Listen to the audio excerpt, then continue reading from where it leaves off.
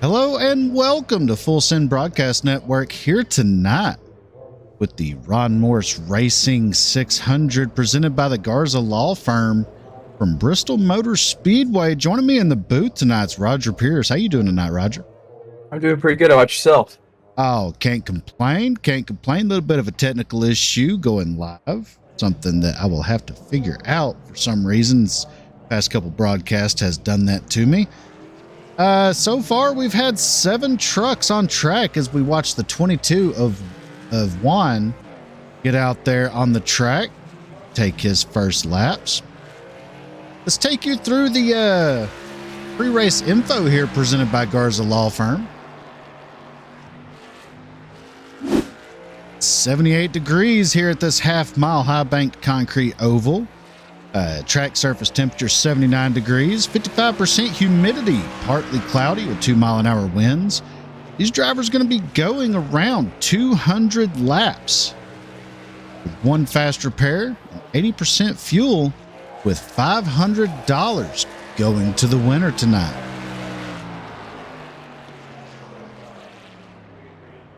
As Juan finishes up his qualifying there, he's going to be P2 on the board with a 14.822 in that 22 machine.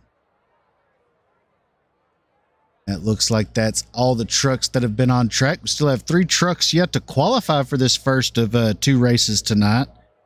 This first race is 200 laps. Second race is going to be 400 laps here following shortly after the conclusion of this one.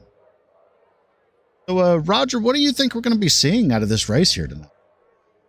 A couple different lines I'd expect. Road to Pro just raced here in these trucks, and what we saw with that was the high line was kind of the line to go to, especially off the corner.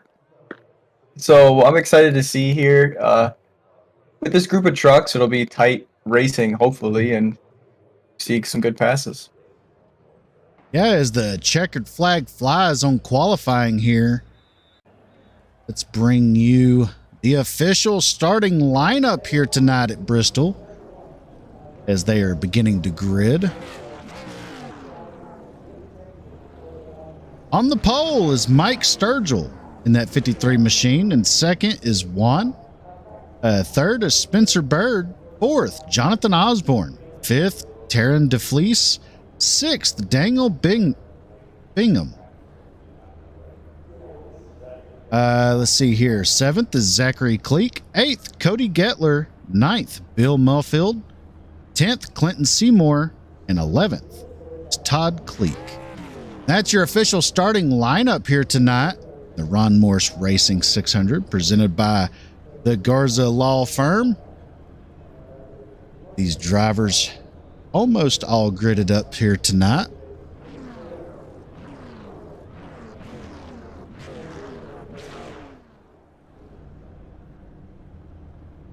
Waiting for them to roll off of pit road. So with an 80% fuel load, Roger, about how far do you think these guys can go on a full tank of fuel? I'm trying to remember what it was we got out last time.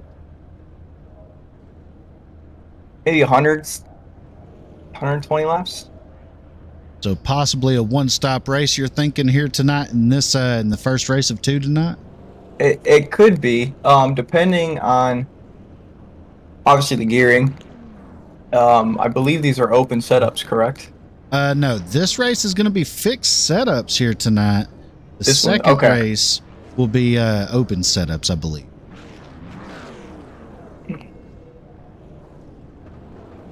Yeah, I'm gonna go 90 to 100, just to play it safe. Definitely brain farting here on what it should be. As the field begins to roll off of pit road, I imagine they're going to be going 2 laps under yellow here, getting ready to go green. There's that 53 machine of Mike Sturgill, going to be starting inside front row.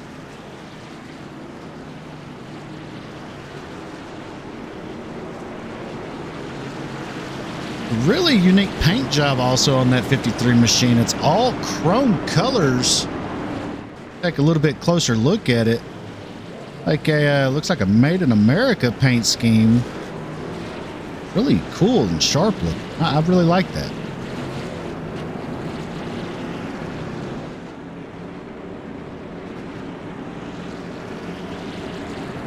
Sorry, having some overlay issues. Lights are out on the pace truck, going green this time by. They work their way down the back stretch.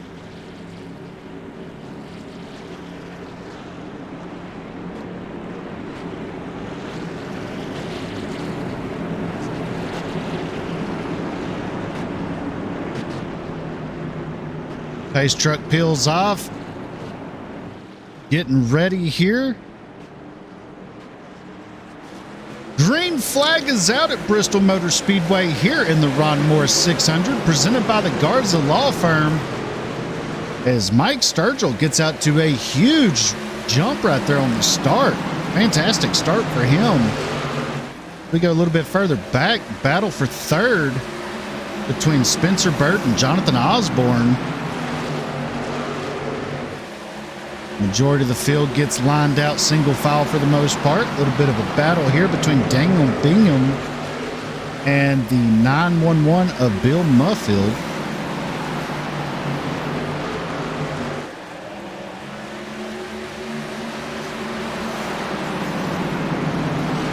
As Mike Sturgill is already out to a 0.6 of a second lead over Juan.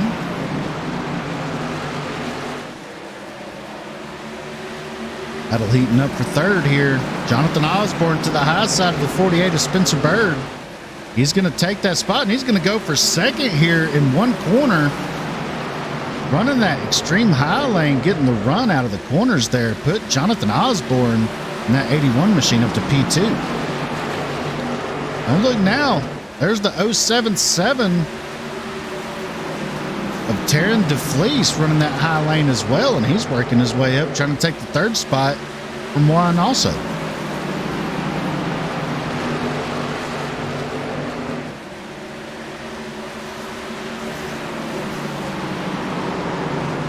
Oh, as the 22 goes around. Lots of damage on that 22 machine as the yellow comes out for the first time tonight on lap 8 of 200. Let's go back and take a look and see what happened there.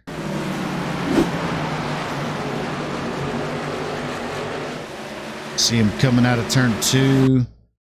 Slow it down here. Like he's able to get off into the corner really good, but I don't see exactly what caused him to be turned. Maybe it wasn't this corner.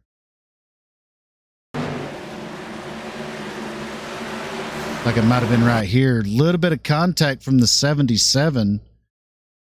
Back bumper of the 22, which ended up turning him right there into turn 1. 48 squeaking by, but man, tough break for the truck is the out the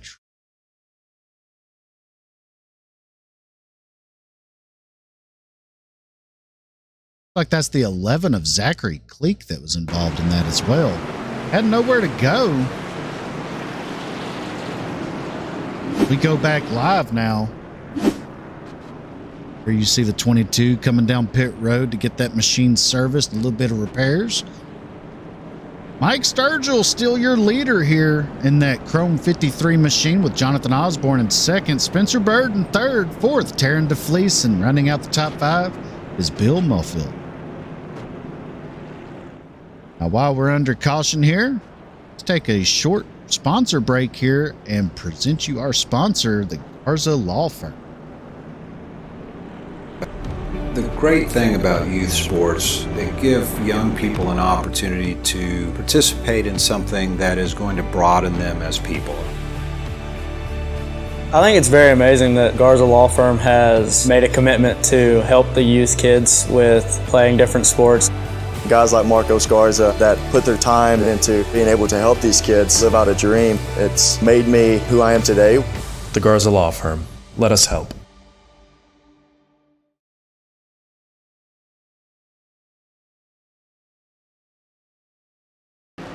And we're back here as the lights are out on the pace truck.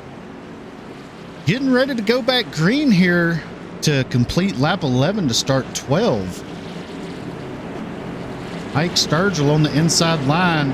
Outside front row, Jonathan Osborne in the 81. Second row, Spencer Burton, Taryn DeFleece. Let's see how this restart goes.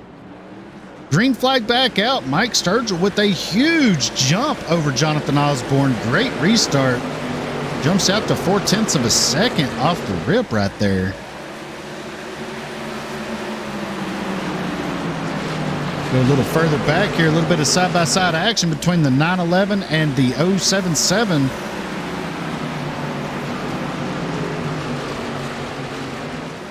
But 077 not wanting to give up on that high lane.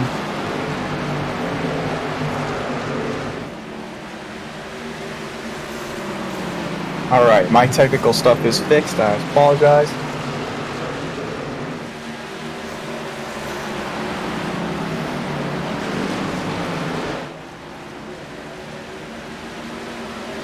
That last time by, the top three ran their fastest laps of the race.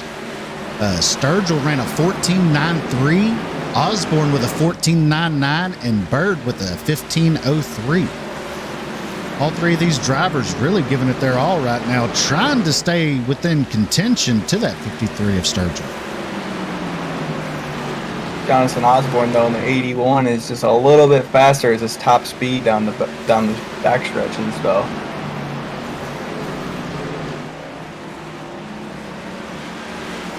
So looks like we have another yellow flag here. Looks like Zachary Cleek and Clinton Seymour are involved. Check it out and see what happened here with these two trucks. There we see Zachary Cleek in that 7 machine. 76 of Clinton Seymour right in front of him. Oh, looks like Seymour got into the wall and it slowed him up so much that Zachary Cleek just had nowhere to go in that short amount of time. Go back live here.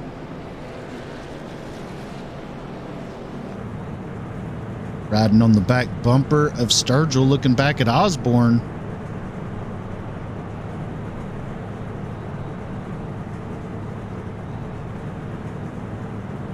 So yeah, that's we're gonna be about 20 laps in now. So far we've had 2 yellows. It's going fairly smoothly right now. Both those incidents really just kind of I wouldn't necessarily say fluke incidents, but kind of a run-of-the-mill, just running a little extra hard on corner exit, and one of them was running a little hard on corner entry. But other than that, we haven't really seen any bad incidents yet.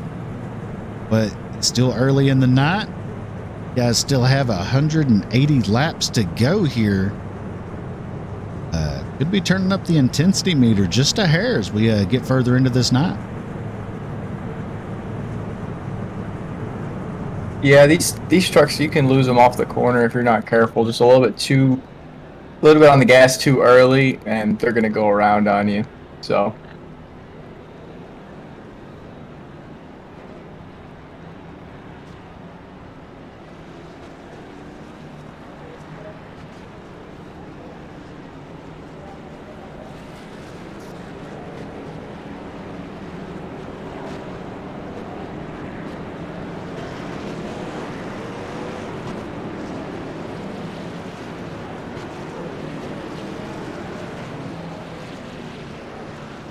Lights are back out on the pace car.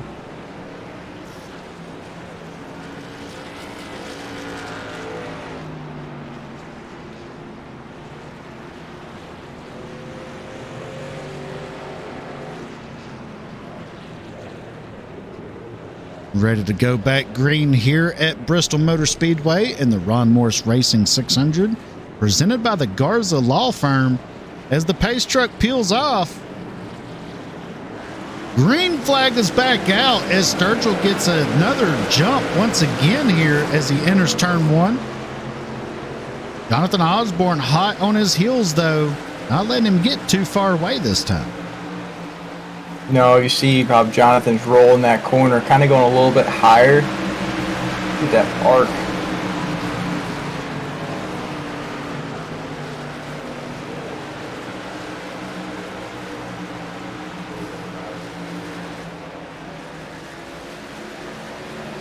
And these trucks really don't get too loose here. They will snug up after a little bit of a green flag run, but they don't really get loose.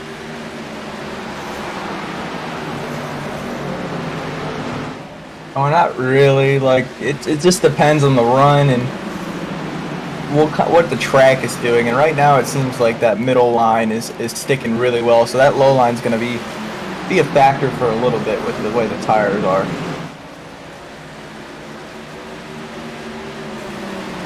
So they are now working on that 26. Mike Sturgill with the lead.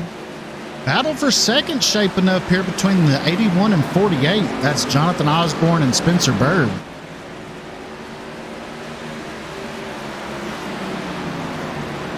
As Sturgill has gotten out to half a second over Osborne.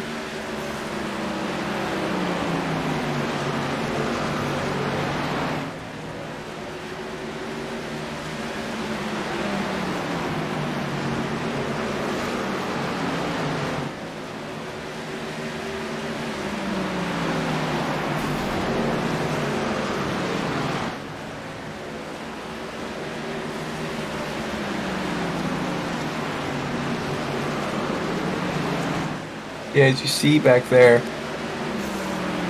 Bill in the number 911, he's holding that bottom real nice, and he's still getting a decent run off of it. So that bottom line's still going to be, like I said, a factor here for a little bit. Absolutely.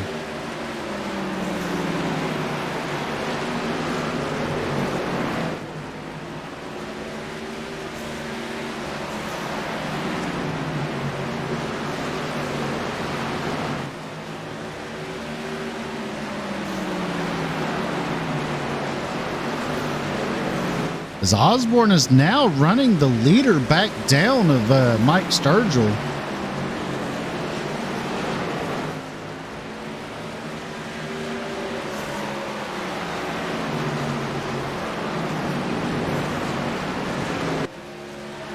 As it looks like Mike Sturgill actually just blinked.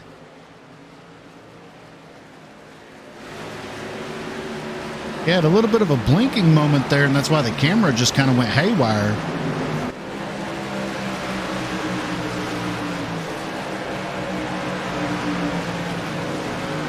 There he goes again, blinking out. Hopefully that does not hinder his performance here tonight in the essence of a packet loss disconnection.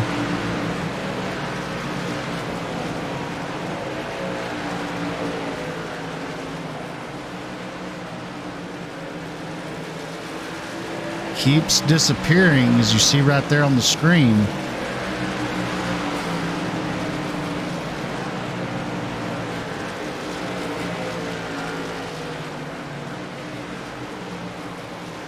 As that battle is heating up here once again between the 48 and the 81. There's Juan in the 22 back up to fourth.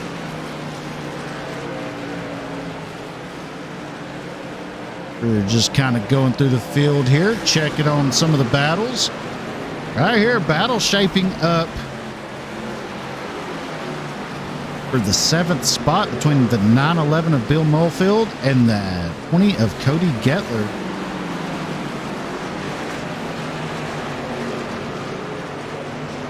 Looks like Clinton Seymour comes back down pit road.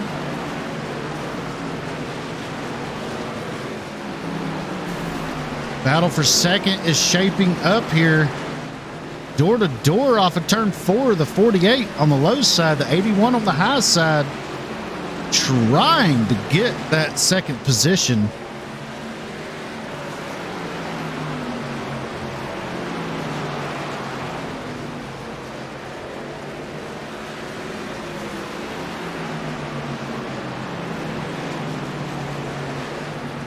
Hey, Roger, what do you say we do a full send, fire it up here so the people can hear these trucks race around here? I'm all for it.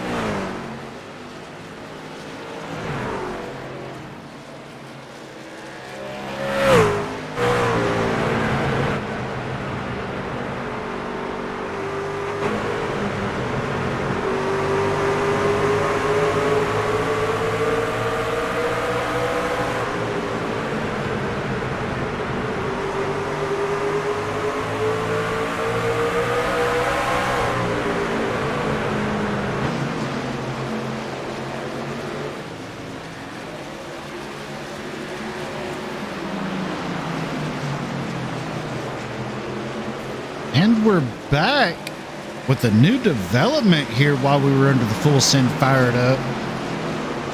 The 48 of Spencer Bird now in the lead, being contested by the 22 of Juan for the lead here, as Mike Sturgill must have disconnected due to packet loss, as the 22 is able to get around the 48 and assume the lead here. That's a tough break for that 53 machine of Mike Sturgill. Yeah, he was running that high line really, really well, and it's a shame that sometimes these things happen, especially in races like this. Like, nothing more disappointing. Yeah, especially when you're racing for a guaranteed $500 out there tonight. Just tough break. Now, one thing he does have to look forward to if he's able to come back is there is going to be a stage break at lap 80. So at lap 80, he will have a chance to get one of those laps back, possibly. But he's definitely got a big hole to climb out of now, as he is 9 laps down.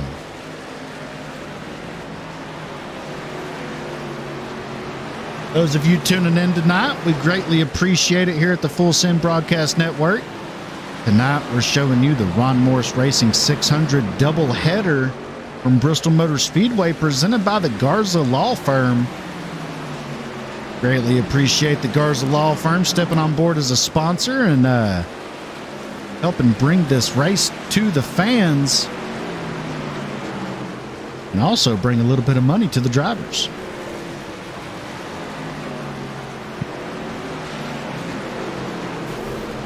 It's Mike Sturgill back in the race. 11 laps down. That's going to be a storyline to watch for the rest of this race here tonight, is to see how many laps he's able to get back and potentially get back on the lead lap, as they are heavy in lap traffic and he is blistering around this place because he has fresh tires while the others are on old ones. Yeah, he is the fastest lap of the race so far. As he starts blinking again as he got around the 48 of Spencer Bird. There's the 22 of Juan. I'm going to try to pronounce it once again, Juan. It's Juan Jimenez. Sorry if I butcher it.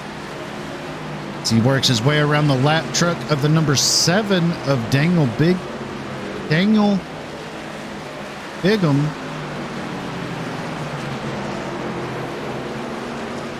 He also works his way around, I believe that's the 11 of Zachary Cleek. Let's ride along with Juan here and see what it looks like from his point of view.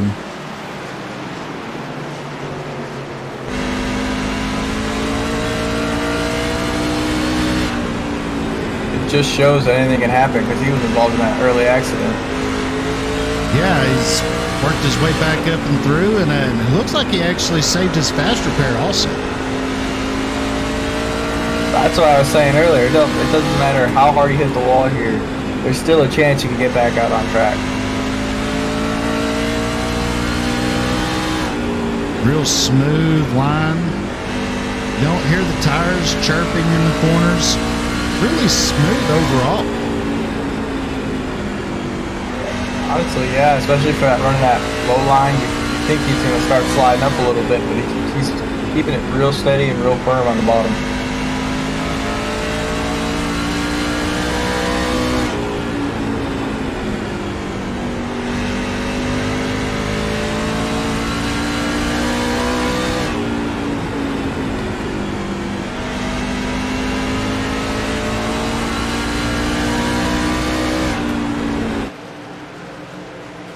There you see it. Juan has a 7-second lead over Spencer Bird in the 48. There's Spencer Bird there, working his way around Zachary Cleek. Jonathan Osborne, 11.3 seconds back. Cody Gettler, though, trying to get there in that 20 machine to take over that third spot. It looks like we have pit stops starting to happen here. There you see Cody Gettler on pit road, Taryn DeFleece on pit road as well. Oh, as the 911 goes around, caution comes out. This could be huge for those guys that are on pit road right now, being trapped laps down. Holy cow. So let's go and take a look and see what exactly happened to the 911 there of Bill Mulfield. Running the high lane behind Jonathan Osborne, dips it down low. Looks like he just had too much rear brake in it, and when he got on the brakes, it just wheel hopped and come around. Yeah, it's really hard at this track. You never know what's enough and what's too little until you get to that breaking point, and either the truck will just come around on you, and you got to hold the brake and try to go to the bottom because they're not stopping. Yeah, that's definitely a tough break as we are getting close to the stage end. And under the stage break, we're going to pull Mr. Ron Morris up in the booth himself and spin a wheel or two and give away some more money here under the stage break. Those of you just tuning in, we greatly appreciate it here at the Full Send Broadcast Network. Tonight, we have the Ron Morris Racing 600 doubleheader presented by the Garza Law Firm. Two back-to-back races here at Bristol Motor Speedway. First race here in the trucks with $500 to win. The second race, I believe, is the Gen 7 Cup cars here at Bristol for 400 laps, and that's $1,000 to win, I believe. And we haven't decided yet whether or not we're going to make it two separate streams or if we're just going to go to our starting soon screen and leave it there while we get everything ready and prepped for the 400 lap race once this one concludes. But before we do whatever we decide to do, we will let those of you tuning in know. That way you don't miss a single lap of the action here tonight. So as the leaders come down pit road, it's like the 48 gets off of pit road first. It's the 48 there of Spencer Bird. Jonathan Osborne, he actually pitted a lap earlier, and he will be assuming the lead here. Yeah, it just came up with my ticker. Just trying to figure that one out.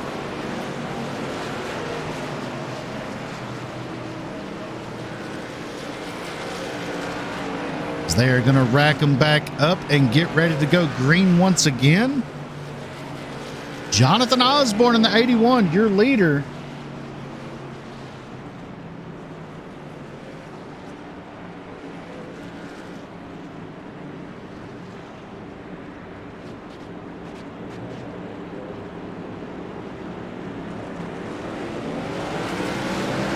Green flag is back out here at Bristol Motor Speedway. Jonathan Osborne with a fantastic restart. Jumps out ahead over Spencer Bird by almost 0.3 of a second. Here comes Spencer Bird back on the inside lane, though. Ooh, Spencer Bird got a little bit loose coming off that corner. That truck didn't want to sit right. Let's see if he can gain it back. Look who it is. There's that 53 of Mike Sturgill. Already has gotten several of his laps back. Oh, wow. That 48 is super loose. Potential two-tire strategy, maybe? Possibly. I think they're going to have to stop one more time. I know this for sure, but maybe twice. I'm still doing the math in my head. Right now, we have 5 laps to go to the stage break. So, possibly took 2 tires to keep track position, but... Juan's underneath. Can he keep it? He can. And that 48 is super loose. Get the loose as fast in some instances, and right now, if he can hold that line, because look at that speed he got off going into the corner, not even coming out of it. See if that truck gets sideways on him again. Does not. Looks like he just needed some heat built up in the tires. Once he got that, he was good. Jonathan Osborne comes around to complete lap 78.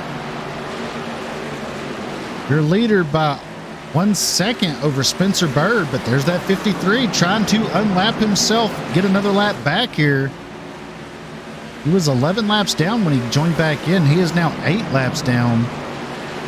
You know, Osborne wants to keep him behind him for this stage break right here.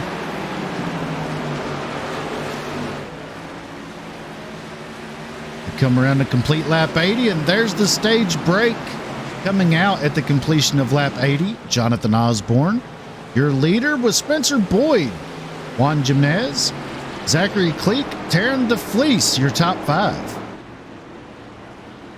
Now, let's see if we can bring in our man, the myth, the legend, Ron Morris Jr. in here. Get him in here to... Hey there, Ron Morris. You got a copy? 10-4, got a copy. Yes, sir. Hey, man, fantastic race so far going on tonight. Tell us your thoughts about it so far. Yeah, I think it's been a real good race. Got a little bit of a low car count, but that's okay. I feel bad for Mike Sturgill. He was running and got disconnected. He's back in. Maybe he'll get some laps back and get back in this. I think he's 8 laps down now, but been a pretty good race. Yeah, it's definitely been an interesting one. See here, trying to add that wheel here to the overlay. If we can. Yeah. Now it's time to give away a little bit of money. Yes, it is. Anybody out there watching or watches the broadcast, any ideas you guys have to get car count up? We tried some things. The last race we had some pros in there and some people didn't like it, so I limited I rating on this race. I may have put it a little bit too low, but we're going to try to do some things. We're definitely not going to give up because we got a low car count. Next race is going to be at Charlotte, and we're going to try to fill it up, fill the field. Can I broadcast while I race? Hey, you can have an in-race broadcaster, right? Like Clint Boyer used to do all that before he got up there in the booth. He liked that stuff. All right, so let's see if we can get this on the screen here. You have it up now. Let's see if we can get it to spin. There you go. We're going to spin it one time. I think it spins for 20 seconds. Whoever it lands on gets the 100. But that's the wrong one. That's the wrong one. That's the cup one. That's the cup one. All right, so let's... That's for later.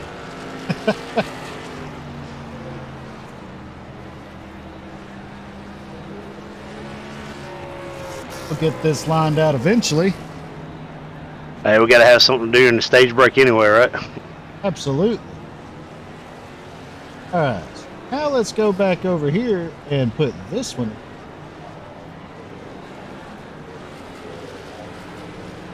That should be the correct one now.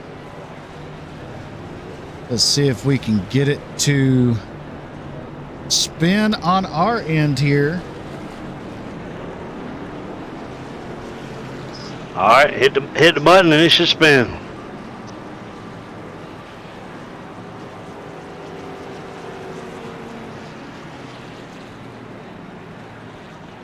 Well, it is not spinning on the overlay versus what I'm doing here. So we Just, will. if you want to just click it and tell everybody who won, that's fine. All right, so Clinton Seymour is the winner. That is who it landed on. We'll work the bugs out of it for the cup race, but yes, Clinton Seymour in that 76 machine is the winner. I'll let them know over race columns. Appreciate it, man. All right, no problem. Have a good one. Yep, talk to you later. All right. See.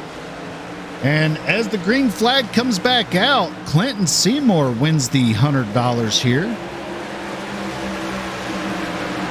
Oh, Jonathan Osborne got into the wall there. Doesn't seem like it impacts him too much, but keep an eye out on that.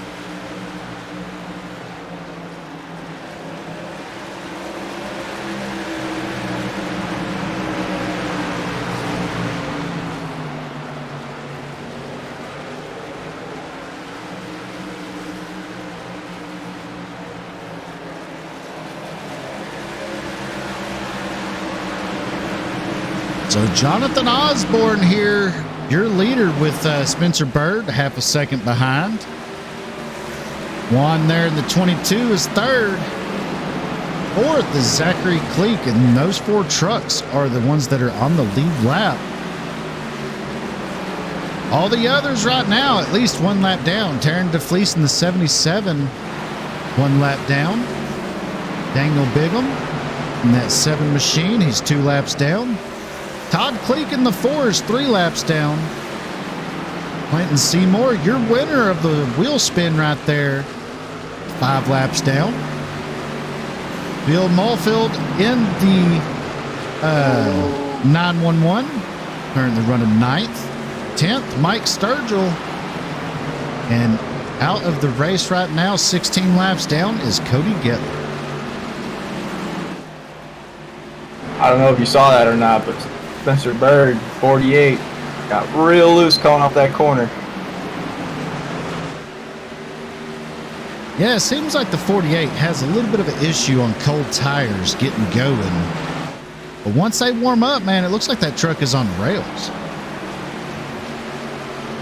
Yeah, I'm curious about what some of these drivers are running, because I was turning my cameras to the cockpit views and seeing how these wheels have been turning in the corner, and I'll tell you what, I think some tire strategy is coming from a couple of these drivers.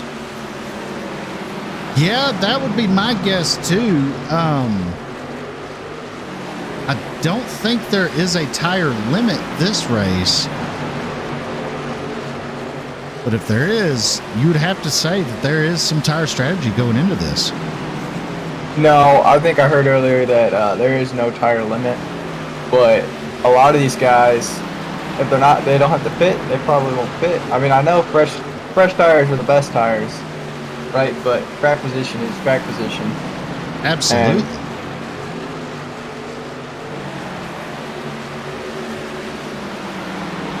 I mean, if you look at Jonathan Osborne right now, I mean, he has clean air, and he was up over a second until he got behind the 53 of Mike Sturgill, who unlapped himself another time. So now Sturgill is 7 laps down, along with that 911 machine of Bill Mulfield. So once he got in a little bit of dirty air, that 48 is just coming on strong, catching him. Yeah, I'm curious about that 48. It's definitely got something for him. I think this man probably hasn't taken tires since the stage, other than right sides.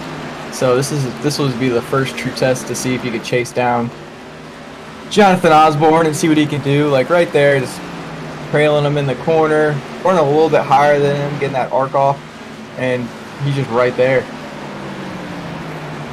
Yeah, as we're just now over halfway in this first race of 2 tonight. This race is 200 laps for $500. And the second race will follow this one, and it will be 400 laps for $1,000. So definitely got some big money going out tonight. Definitely the car count, wish it would have been a little bit higher for this. I mean, it's pay a little extra, gamble a little bit of money for the chance to win a lot of big money. And unfortunately, not many people want to go short track racing, apparently. Hopefully the next race we'll get a few more cars for the second race there for the $1,000. But Yeah, I think I know a little bit of some people that might want to race in that. So put some feelers out, but definitely might want to test out that broadcast driver theory, because yeah, I think that would be a lot of fun. And if a broadcaster does win, we could split profits to something of a good cause. So right. And as we're watching for that battle for the lead right here between the 81 and 48, that's why we haven't left the lead up here for a few laps. We've been watching that 48 run down the 81, and he is now side by side with him for the lead.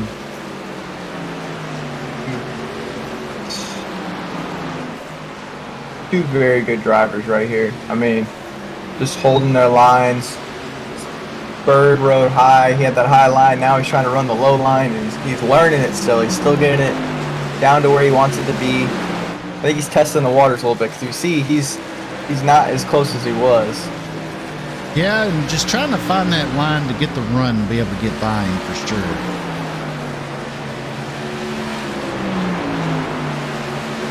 But, you know, I've talked about this man before. The driver of that 81 machine right there, Jonathan Osborne. I don't know very many people that can run with a controller, much less a custom controller, and run this good on iRacing without burning the tires up. And yes, you heard me correct. The 81 is running on a controller.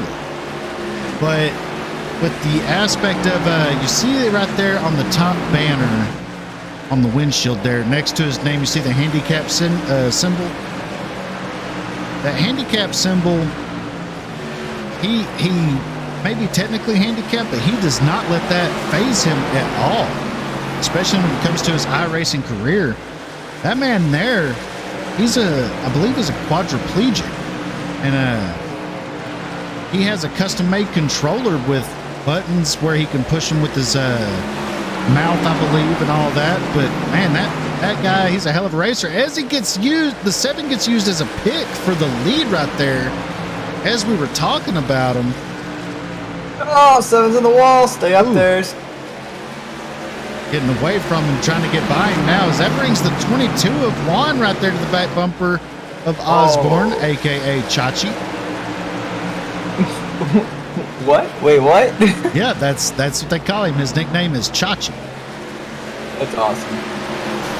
That is awesome. I mean, yeah, Jonathan, that was a straight Well, where'd he go? That was a straight up pick move. Yes, it was. It was brilliant. Yes, that's the epitome of the pick. As the caution comes out once again here, don't know what happened. Possibly Clinton Seymour. Lots of damage on that truck. Back and see if he may have been involved with that. Already in the pits.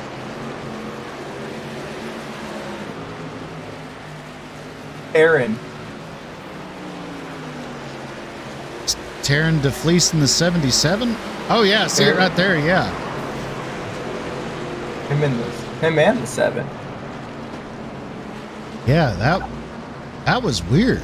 A little bit of neck code, a little bit of looseness coming, hitting the marbles coming off the corner. Let's see what happened here. Let's go right on board with the 7 and see what it looked like from his point of view.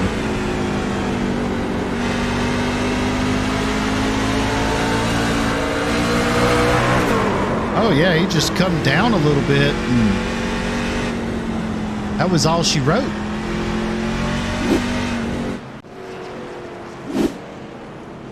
So as the leaders come back down pit road here to get those trucks freshly serviced, led by the 48 of Spencer Bird, there's the 22 of Juan to the inside of the 48 on pit road. I don't know how that's exactly legal. He looks like he's passing on pit road. Well, we did learn something from iRacing a couple weeks ago, if you remember there. If you are on the high lane, you cannot pass, but if you are on the low lane, you are allowed to pass. iRacing will not penalize you. Really? Yes. Learn something new every day. As the 48 still beats the 22 off of pit road by a huge margin right there. So while they work out their lining the lineup order and all that, let's take a quick sponsor break and recognize the sponsor of tonight's race, Garza Law Firm. The great thing about youth sports, they give young people an opportunity to participate in something that is going to broaden them as people. I think it's very amazing that Garza Law Firm has made a commitment to help the youth kids with playing different sports. Guys like Marcos Garza that put their time into being able to help these kids live out a dream. It's made me who I am today. The Garza Law Firm. Let us help.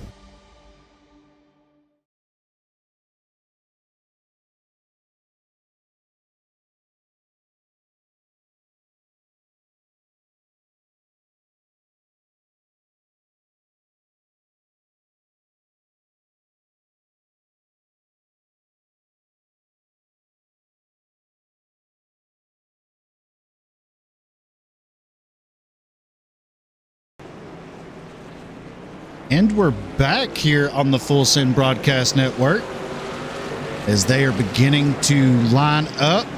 Lights are out on the pace truck, getting ready to go green here.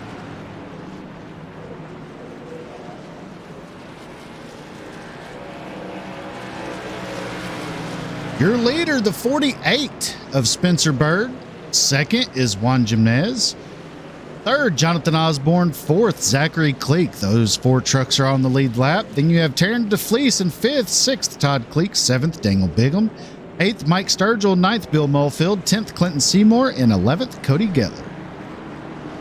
As the green flag is back out here at Bristol Motor Speedway, Spencer Bird with a huge jump. Jonathan Osborne going to follow him on the inside line. Going to take over that 2nd spot. There you see the gap from 1st to 2nd, and then 2nd to 4th. Almost throw a blanket over these guys.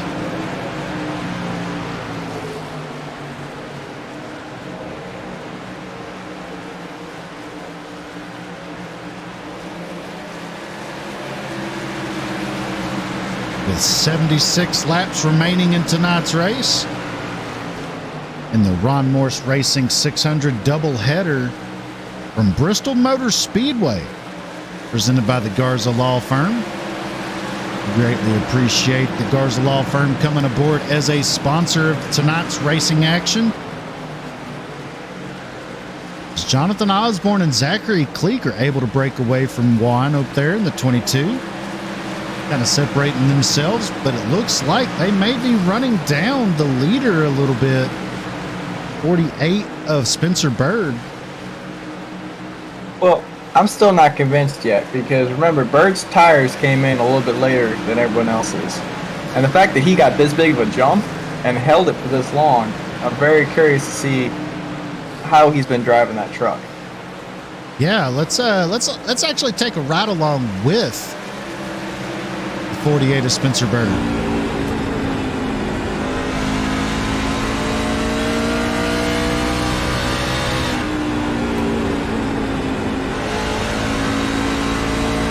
don't know if you can hear that or not, but that sounds like some tire chirping to me. Yeah, it sounds like he is wearing out that right front.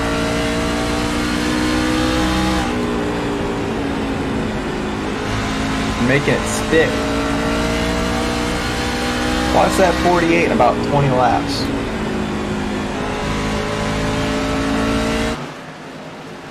Is that 81 of Jonathan Osborne's running him back down? Yeah, I've raced with Jonathan Osborne multiple times, and just the talent of this man is incredible. Like, you're talking about, there's people that have all these fancy wheels and setups, and they're side drafting you at Talladega, Daytona, and they can't hold a line. This man on controller can hold a better line half the time. Just an incredible talent, and just awesome to see him out here racing so well. Yeah, and especially on them tracks where a lot of tire wear happens, he's able to conserve tires, which is unheard of on a controller. And it just goes to show the talent of Osborne, as he is now pulling up to the 48 of Spencer Bird. Spencer Bird, not a slouch either. He is over there leading laps, really giving that 48 machine all it is worth out there up front, trying to put on a heck of a show and take home $500. And as the laps click away and we're getting further into this, they are now going to be ratcheting up the intensity. Yeah, Jonathan Osborne touched the apron a couple times coming out of the corner, so here's how he's going to recover from that one. I do got to say, though, that alloy paint on the 48, that's gorgeous. Yes, it is. That's one of my favorite paint schemes Alex Bowman has ever run out there in the real world NASCAR, and just looks really sharp on a truck. It fits all the body lines correctly. Just all fan. Take a look back here at the 22 of Juan Jimenez. Currently running in the 4th spot. Last truck on the lead lap. Mike Sturgill, he's worked his way up to 6 laps down from 11 laps down. As the yellow comes back out here tonight, it's like Dangle Bingham. It's in that 7 machine. Let's take a look and see what happened to him. And then door to door with the 76 of Seymour. Seymour walking away with a little bit of extra cash in his pocket tonight. Looks like he just hit the wall and it just shot him straight down to the inside wall, and he ended up just towing it. Possibly calling it a day out there from Bristol Motor Speedway.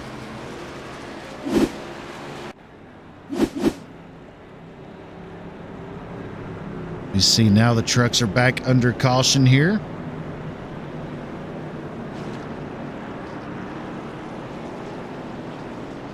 Let's see if this pit road. All the leaders are going to come back down. That's going to allow. Let's see here. I believe the 77.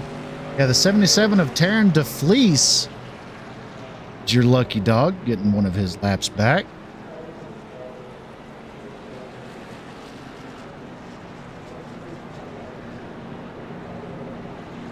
Mike Sturgill staying out. Going to get another wave around here, looks like.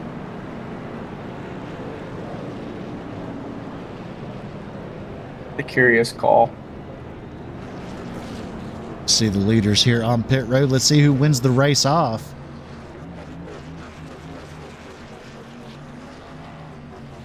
22 with the best pit box there. I think it's 48. Yep. 48's going to win it off pit road. Wow. His left sides came up a little bit faster than Jonathan's. Leak, though, almost won that.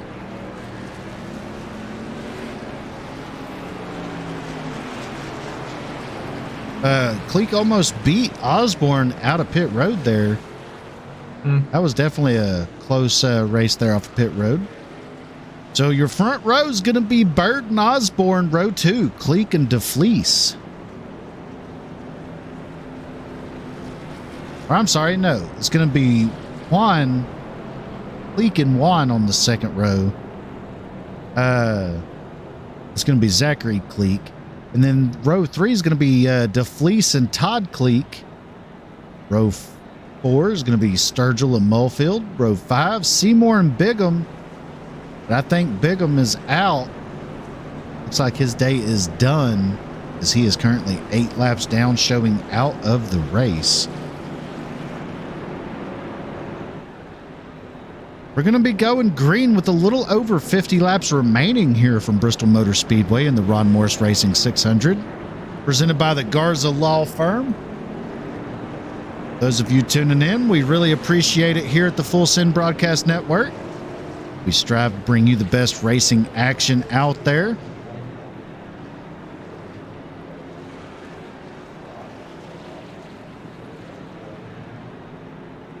I'm curious here. Well, see what happens. I mean, that should have been the last pit stop, realistically, for fuel.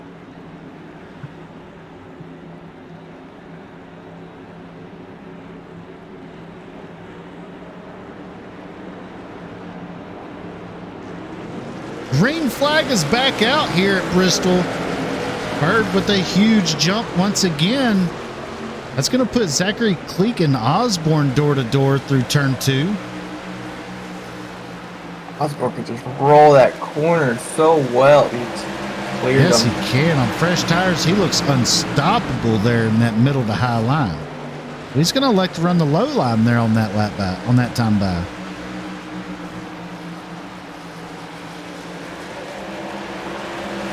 I mean, just being able to run the low line just like that on a wheel is hard. Oh, as we got a spinner down there on the apron. It looks like Clinton Seymour, like he's going to keep it there, hoping for a caution.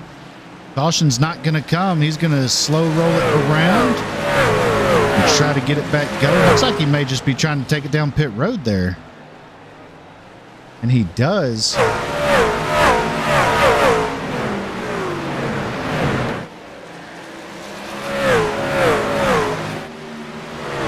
I love these static camera angles here that they allow us to have at Bristol Motor Speedway.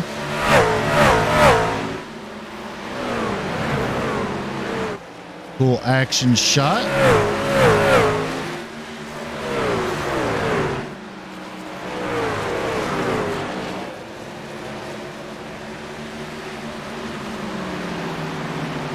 So Bird is out over half a second over Osborne.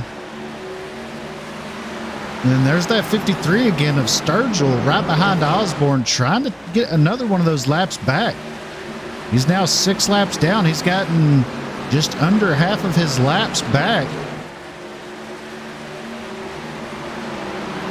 You get that man back on pit road, he can be a dangerous, dangerous man. Yeah, he did take tires, and he's catching the leaders with fresh tires. Here it was about the time we went on the 22 of Juan here.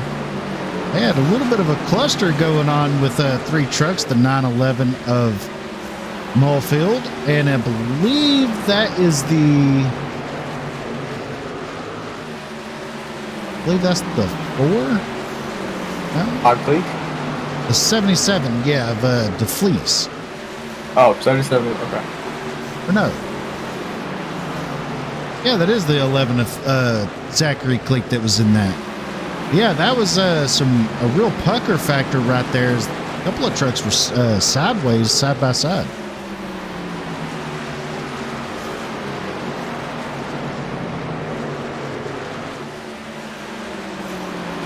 As you see right there, the 53 able to get by Osborne now. He's setting his sights on the leader of Bird.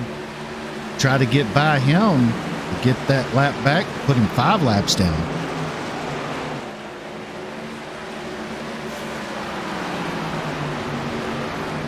He definitely has a well-known knowledge of this track because the way that truck is rolling,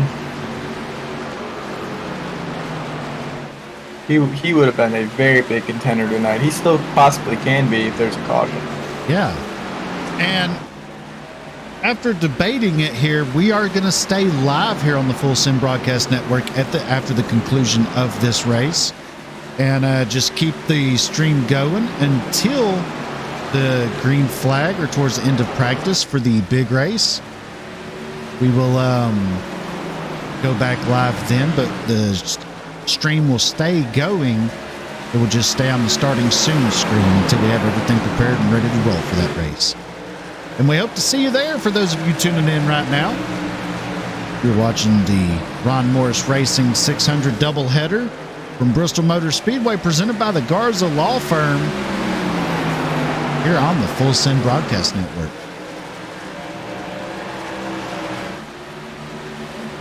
Osborne not letting Bird out of his sight.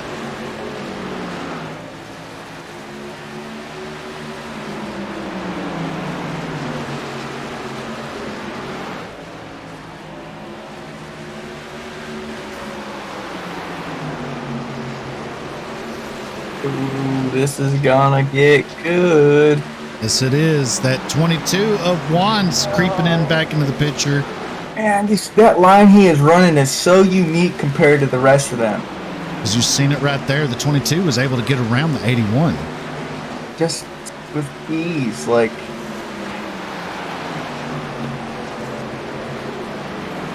Yeah, in the bottom there, but he's been doing this unique. I won't even call it diamond effect, because it's not, but it's working for him. He is running down the leader now as he is side by side with the lap truck of Sturgill, trying to get around him. That 48 has a fast truck coming up on him. The 22 of Juan is on a mission right now for $500.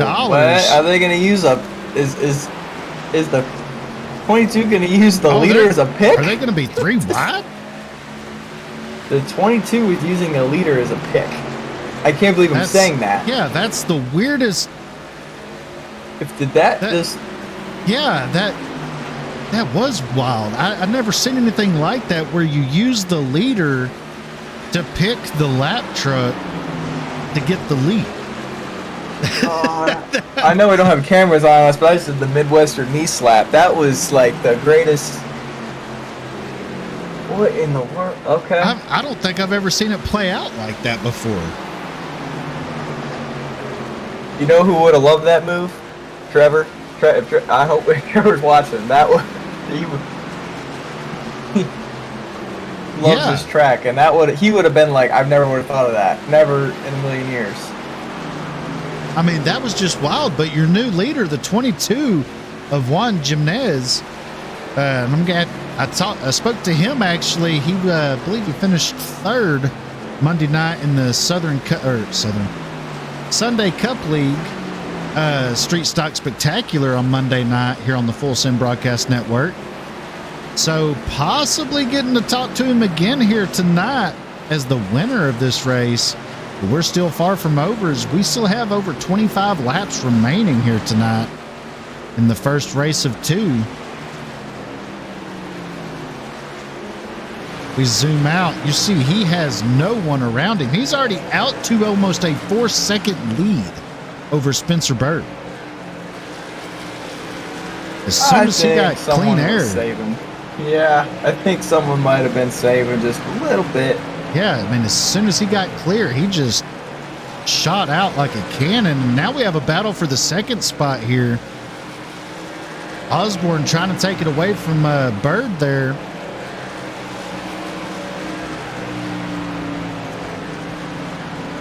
And the way he's just rolling the corner.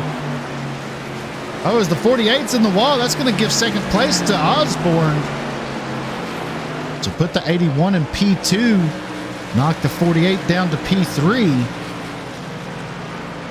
4 trucks on the lead lap. Taryn DeFleece in 4th in that 077 machine. Let's give you a full field rundown here as they are less than 25 laps remaining. So in first, you have Juan Jimenez in that 22 machine. In second, we got Jonathan Osborne in the 81.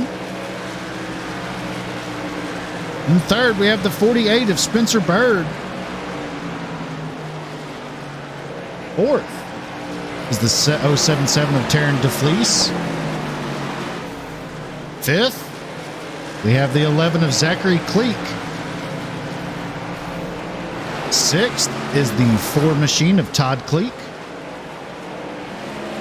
In seventh, the 53 of Mike Sturgill, who was looking dominant in the early portions of this race before having a packet loss disconnection. In eighth, we got the 911 of Bill Mulfield. 10th, Clinton Seymour.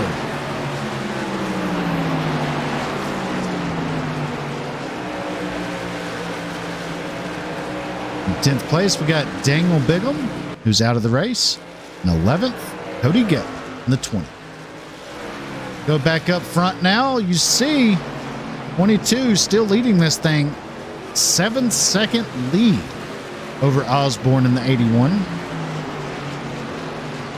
He is working his way around the 4 of Todd Cleek. Going around to complete lap 182 of 200 here. The laps are clicking away quickly now. Is that a father-son duo or brother-brother, or is that no relation? I don't know. I know there's some kind of relation, but I don't know if it's father-son, brothers, or what. Because one's driving a Ford and one's driving a Chevy, so... Man.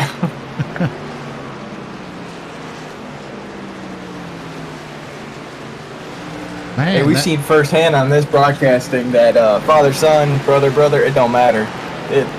Yeah, that phrase of "I'd wreck my mama to win a race." We've seen it firsthand. Yes, we have seen that.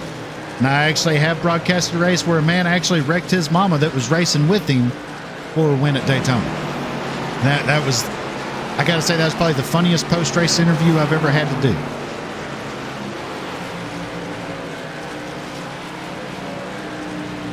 Man, he is just on rails. I mean, just hit your marks driver, clear to the end. Like, let's ride along with him and see what he's doing exactly in the cockpit here.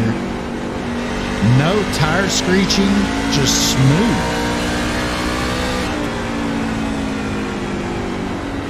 Little bit of tire screech there, but I mean, as you can kind of tell, he is turning a little bit before the corner, which is getting that truck that entry he wants, and it's just rolling for him. Yes, he's about to put the 077 of Taryn DeFleece a lap down, leaving 3 trucks on the lead lap, but Spencer Bird is not that far ahead of this. So we could potentially see only 2 trucks finish on the lead lap here at Bristol. Yeah, I'm going to stay in this cockpit view for a minute here because I think Bird is getting a little bit loose. And I want to see how he's handling this truck in the corner. So we'll zoom out to another camera angle here, and you see there's the 48 in that purple and gold machine, and there's the 22 in the Rainbow Warrior paint scheme, the old 90s Jeff Gordon paint scheme, and the 22's there. He's going to the high side. He looked like he entered high and just dipped it down low, and he has this huge run. Now, you have a lap truck outside. You have a 10-second lead. Do you really push it and try to put the 48 a lap down, or do you just ride? Oh, I'm going for it, but you know me. Yep, you know me, though. I'm going for it. Well, that answers my question right there, is he passes both of them on in one straightaway almost. So now that leaves Osborne and Juan Jimenez on the lead lap, as Juan has now stretched out to a 9.9 second lead right at 10 seconds. As long as nothing goes wrong, this is Juan's race to lose. They have 6 laps to go, or coming up to 6 laps to go here tonight. And you can still see his damage he had from the beginning on his left rear, and it's no fast repair, nothing. And that Toyota is hooked up, is pulling away, and I think he's gonna. Yes, 5 laps, it no is. broadcaster curse or nothing like that, but this thing is on rails. 5 laps remaining here tonight for the 22. It is getting. This is a dominating performance out of the 22. Starting up toward. Hit the wall! Hard hit in the wall, too. Oh, come on. Don't do that. Come on. Yep. All right. Look at that wheel. He still got it. He still got it. Still fast, but gotta wonder, did he hit it hard enough to get a meatball flag? 3 laps to go. One paint, though. That's a good paint, too.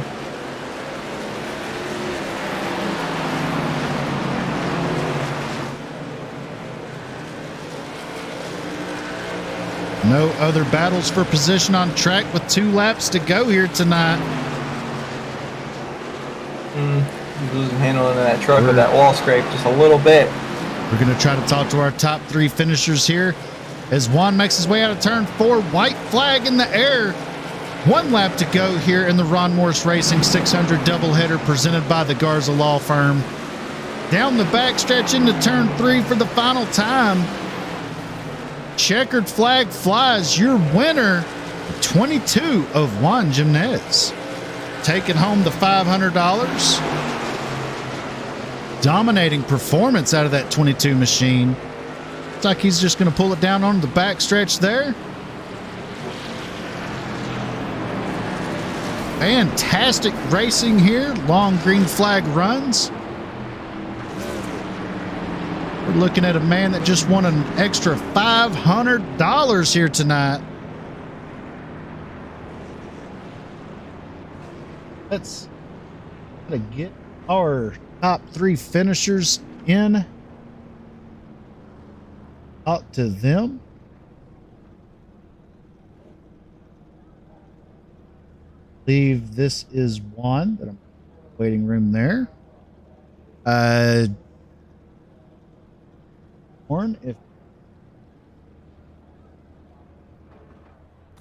Mike was muted. Hold on 1 second. I don't think Jonathan is in here. Okay, so Spencer Bird is in the waiting room now. We need to get Jonathan Osborne in there. We are watching Juan burn it down from winning $500 from Bristol Motor Speedway here tonight. Like Osborne is in there, so we have our top 3 finishers there.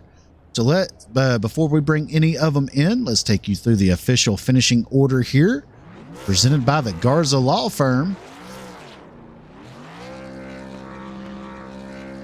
In first, you had Juan Jimenez bringing home that 22 machine to victory lane. In second, Jonathan Osborne. Third, Spencer Bird. Fourth, Taryn DeFleece. Fifth, Zachary Cleek. Sixth is Todd Cleek. 7th, Mike Sturgill, after a big rally coming back from 11 laps down to be 6 laps down. Huge props to him. 8th, Bill Mulfield. 9th, Clinton Seymour. 10th, Daniel Bigham. And 11th, Cody Gettler. And that's your official finishing order here tonight in the first race of 2 here from Bristol Motor Speedway. So let's get Spencer Bird in the booth and speak to him for a moment about how his race went. I got him. Hey there, Bird. Spencer Bird, you got a copy? Yep, I got you. Hey, man, congrats on bringing it home in 3rd here at Bristol Motor Speedway. Taking home a little bit of cash, I believe. Walk us through how that race went for you. Yeah, it was a fun race, especially up front. The 4 of us were all pretty fast and pretty even. I feel like I was a little bit faster on the short run. I just burned up everything I had, and when it went long for the final little stint, I kind of screwed myself out of it because I just was terrible the last half of that race. But yeah, it was a fun race. Yeah, man. Definitely looked like you had a little bit of issues on cold tires. That truck looked really loose. So how was it handling for you for the first 10 laps or so in a run? It was perfect at the beginning of the run. Not too loose, not too tight. You really didn't have to work it at all. But then later in the run, it's just you had to back off so much into the corner to get it to turn that everyone could just fly by you, and it came in kind of bit me in the end. But Yeah, definitely put together a good race. Thought you had a truck with a lot of speed in it. At any point in the race, were you worried about tire wear or anything like that? the entire race, I'm pretty. Most of my racing is pretty much the same, where I've got to learn to back off a little bit more early in the run to save myself a little bit later. I just, with the way the cautions were working earlier in the race, I really didn't expect it to go green all the way. So I was expecting there to be another caution, give me 20, 30 laps, and I figured with 20, 30 laps I could hold them all off, but it went longer than I expected. Yeah. Well, man, you have any sponsor shout outs or sponsor plugs you want to get out there for the people watching tonight? No sponsors as of yet. This is the first real pay race I have done in iRacing, so still kind of new to the whole broadcast, racing for money, kind of drawing sponsorships, but This is your first race for money? yes. You have a bright future ahead of you. I'm just going to tell you that right now. The way you ran that truck tonight, I am excited to see where you go from here. Absolutely. I started my iRacing beginning of 2020, so I've really only been on iRacing for maybe 2 years now. All right. Well, I'm retiring, and so you 2 years. That's amazing that you can run like that. That you know your lines and you know how these trucks work really well. So I can't wait to see what we see from you in the future because you're definitely a future winner. For Well, thank you. sure. I appreciate that. Well, man, once again, congrats on bringing it home in the third spot. And maybe we'll, are you racing in the second race, the 400 laps here right after this? Yeah, I am. Well, maybe we'll get to speak to you again right after this. Well, that is the plan. Yeah. All right, man. Well, we look forward to seeing you compete for 400 laps, and we'll hopefully we'll get to speak to you again, man. Have a good race. All right. Thank you, guys. Thank you. And that was Spencer Bird, your third place finisher, bringing home that 48 machine in the second runner-up spot here tonight after 200 laps. Going to be running another 400 laps here tonight following tonight's race. So let's bring in our second place finisher, Jonathan Osborne.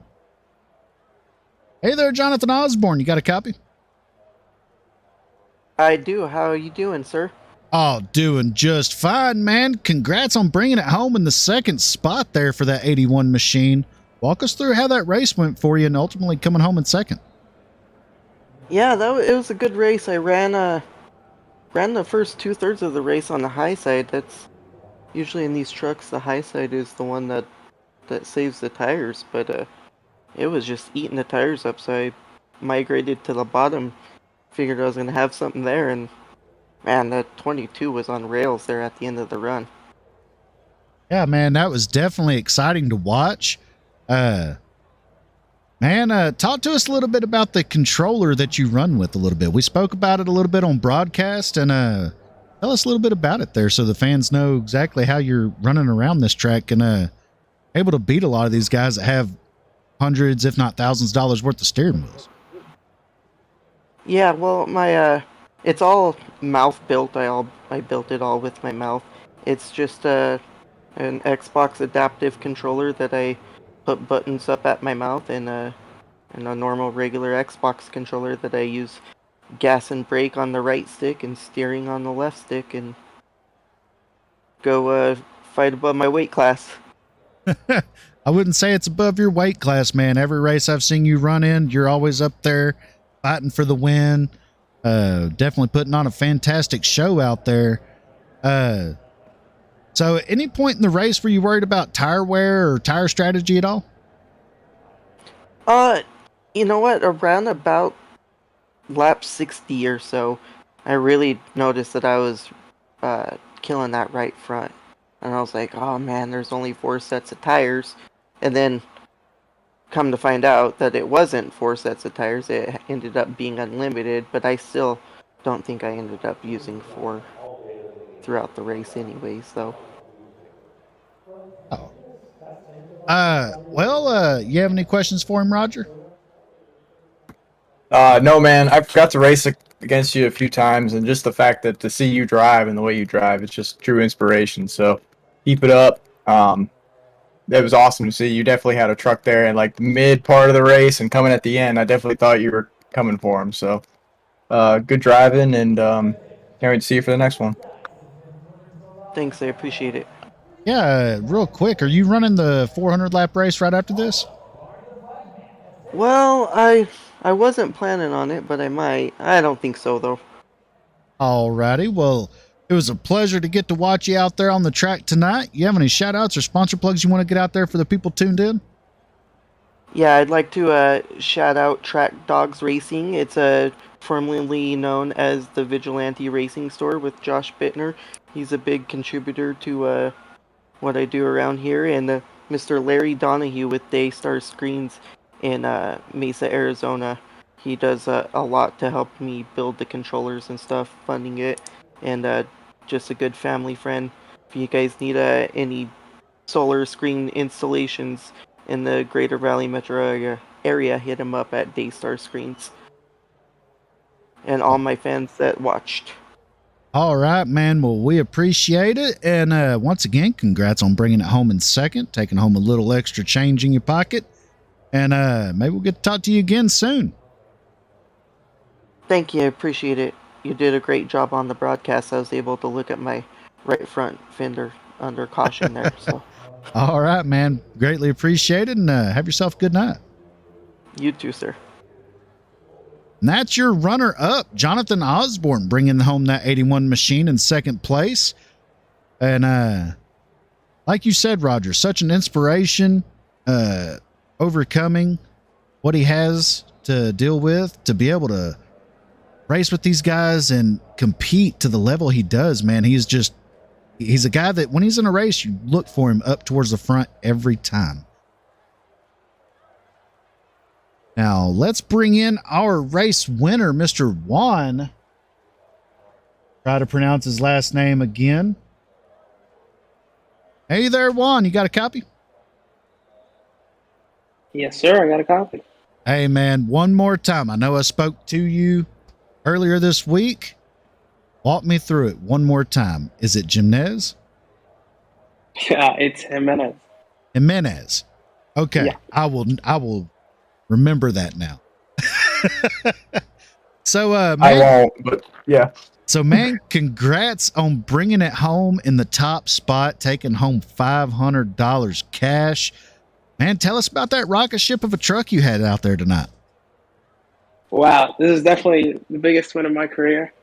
Yeah, I don't know what much to say. Had a good truck on the short runs, but especially had a really, really good truck on the long runs. Had some tire saving tips from Seth Noel from Nexus Esports. I'm extremely thankful to him. Just put in a bunch of practice this week for the race, and yeah, just try to save those tires on the short runs. I kind of let first and second, like John and Spencer, just get away from me a little bit on the short runs, so I could catch them back up on the long runs, and yeah. But man, you did a heck of a job. Well, let's go back and talk about earlier in the race.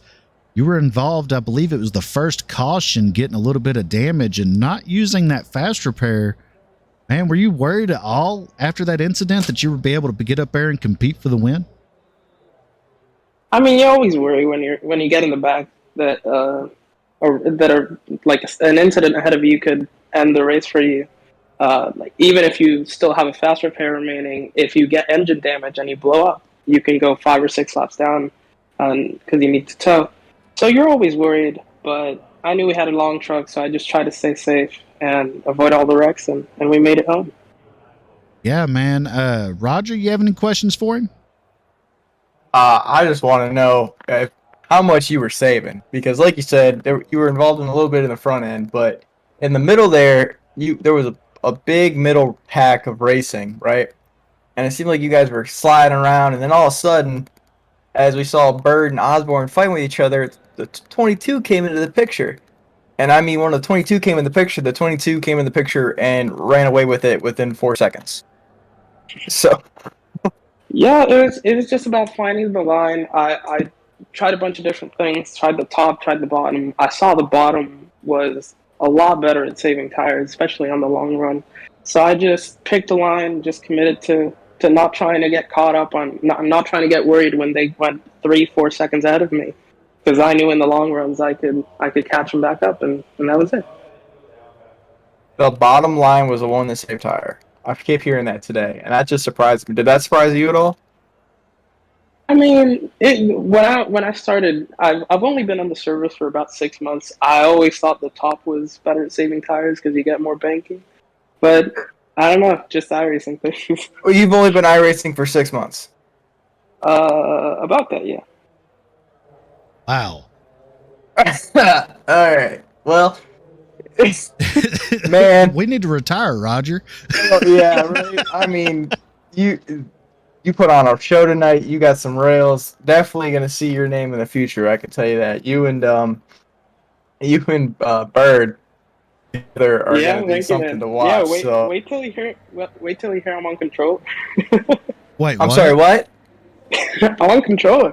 Whoa, hold on. You're on controller all what? You hear how we both paused at the same time? Because now we're just all right. Yeah, I'm gonna okay, go grab so- another twisted tea. I'm just gonna hook my Okay, wheel well up and that was I was not expecting that to come out of this interview, but hey, man, that's wow. On You have a controller, 2.9K I rating on a controller. Yeah, it's a lot of practice. I'd say 30, 40 hours a week into iRacing. So, Do you do Road to Pro? no. I'm definitely not good enough yet, but I'm trying to for next season. I'm trying to build a good team. Setups are always a challenge since I'm pretty new. I don't have any really good setups, so still trying to work on that. But hopefully for next season we can make a good run for Road to Pro. wow, dude, that's amazing. That is amazing to have the speed you did. And matter of fact, our second place finisher, he runs on a custom controller as well. He has a custom built controller where he runs everything with his mouth. And the top, I've never heard of this before. The top 2 finishers running on controller. That blows me away. Really, really cool. That blows me away. Yeah, congrats to John. Man. Well, Juan, you have any shout outs or sponsor plugs you want to get out there for the people watching tonight? Yeah, again, shout out to Seth Noel from Nexus for giving me so many tips and trying to help me with this race. Shout out to my sponsors, Derek Welch, who runs Num Thumbs Racing Team and Num Thumbs Gaming Community, makes awesome events like this one, runs a truck and a Next Gen League. Just awesome racing. And shout out to my sponsor, DEP Graphics, makes awesome paint schemes. Just incredibly lucky to be supported by them. So yeah, just happy to get the win here. All right, man. Well, are we going to be looking forward to seeing you run 400 more laps around here for $1,000 here in a few minutes? No, I don't have a setup for the next one, so I think I'd just be getting embarrassed by the pros. But well, all right, man. Well, once again, congrats on bringing it home in the top spot and taking home $500. Appreciate you stopping by, and we will see you next time, man. Congrats. Thank you, Jacob. Have a good one. Dude. And that was Juan. I done forgot how to pronounce it. Sorry, Jimenez. that's a Jimenez. Jimenez. Juan Jimenez. Jimenez. Yeah. Okay. Juan Jimenez brings it home in the top spot in that 22 machine. Now let's see if we can find the man, the myth, the legend one more time to bring him into the booth about how that race went for him one more time. You gonna tell them they were both on controller? Hey there, Ron Morris. You got a copy? I got a copy. Hey, man, congrats on the first race in the books here tonight. Tell us what you thought about how that race went, man. Hey, it was a good race. Had some pretty good drivers in there. Yeah, it was. I'm glad that somebody didn't just run away with it ended up being some pretty good competition there towards the end. I know the leader run away with it pretty good there towards the end, but we had some good racing up until 20 laps to go. So I was pretty happy with it. Yeah, man, and we found out something during our interviews. We knew Jonathan Osborne was on a controller, a custom mouth controller, but would it blow your mind to know that your top two finishers are both on controller? Wow, I did see that with him. I didn't realize the other guy was too. The 22 was running a controller, and he was talking about it, and he mentioned it in his interview, and it just stopped me and Roger in our tracks, and we're just like, what? Yeah, and the fact that he's only been on iRacing for 6 months. Oh wow, that's crazy. Yeah. So, looking forward to this next race, Ron. What do we have to look forward to going on with the 400 laps here for the second race of the night? We got some good drivers in this race. We got drivers in 6,000 and up iRating, so this is going to be a good one. Oh wow! And it's open setup, is that correct? Yes, this one is open setup. $1,000 to win. Oof. And we got Garrett Maines is in here. He's a pro. His dad Jason, he's a good runner. He's a good driver too. It's gonna be a good one. All right. Well, we're looking forward to bringing that to the fans there watching, and man, we appreciate you stopping back by here in the booth. Do you know roughly how long intermission's going to be before the qualifying starts for the second race? Yeah, we're going to qualify at 9 o'clock. 9 o'clock. So in about 25 minutes. All right. Well, Ron, we appreciate you stopping back by here in the booth. And we'll look forward to chatting with you again here in the next race. Sounds good, man. Appreciate it. Thank y'all for everything. Have a good one, man. All right, man. And that was Ron Morris, man, the myth, the legend, putting on tonight's show here from Bristol Motor Speedway. Let's show you the official finishing order one more time for this race here tonight. Juan Jimenez brings it home in first in the 22. In second was Jonathan Osborne. Third, Spencer Bird. Fourth, Taryn DeFleece. Fifth was Zachary Cleek. Sixth, Todd Cleek. Seventh, Mike Sturgill. Eighth, Bill Mulfield. Ninth, Clinton Seymour. 10th, Daniel Bigham. And rounding out the field in 11th was Cody Gettler. And that's your official finishing order for the first race here tonight. We are going to stay live, so the broadcast will be the same as the first race. We're just going to put up our starting soon screen, and hopefully we'll see you back here in about 20 minutes when we go back hot again for qualifying for race number 2.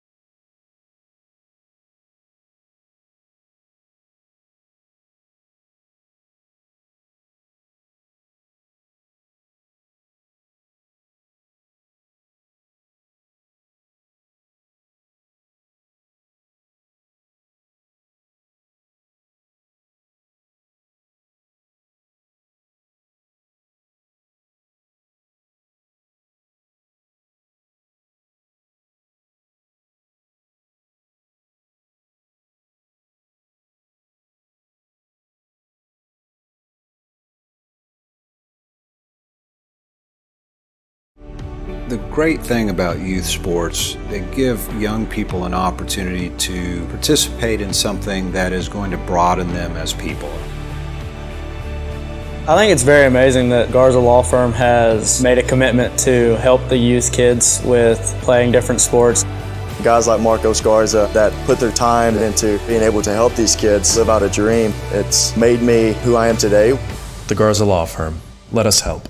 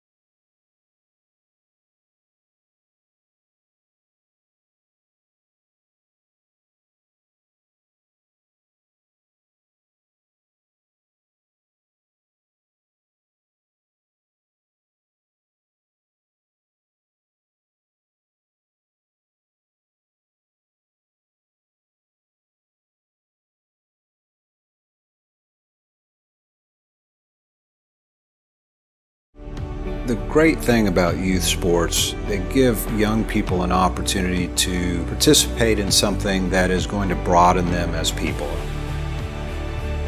I think it's very amazing that Garza Law Firm has made a commitment to help the youth kids with playing different sports. Guys like Marcos Garza that put their time into being able to help these kids live out a dream. It's made me who I am today. The Garza Law Firm. Let us help.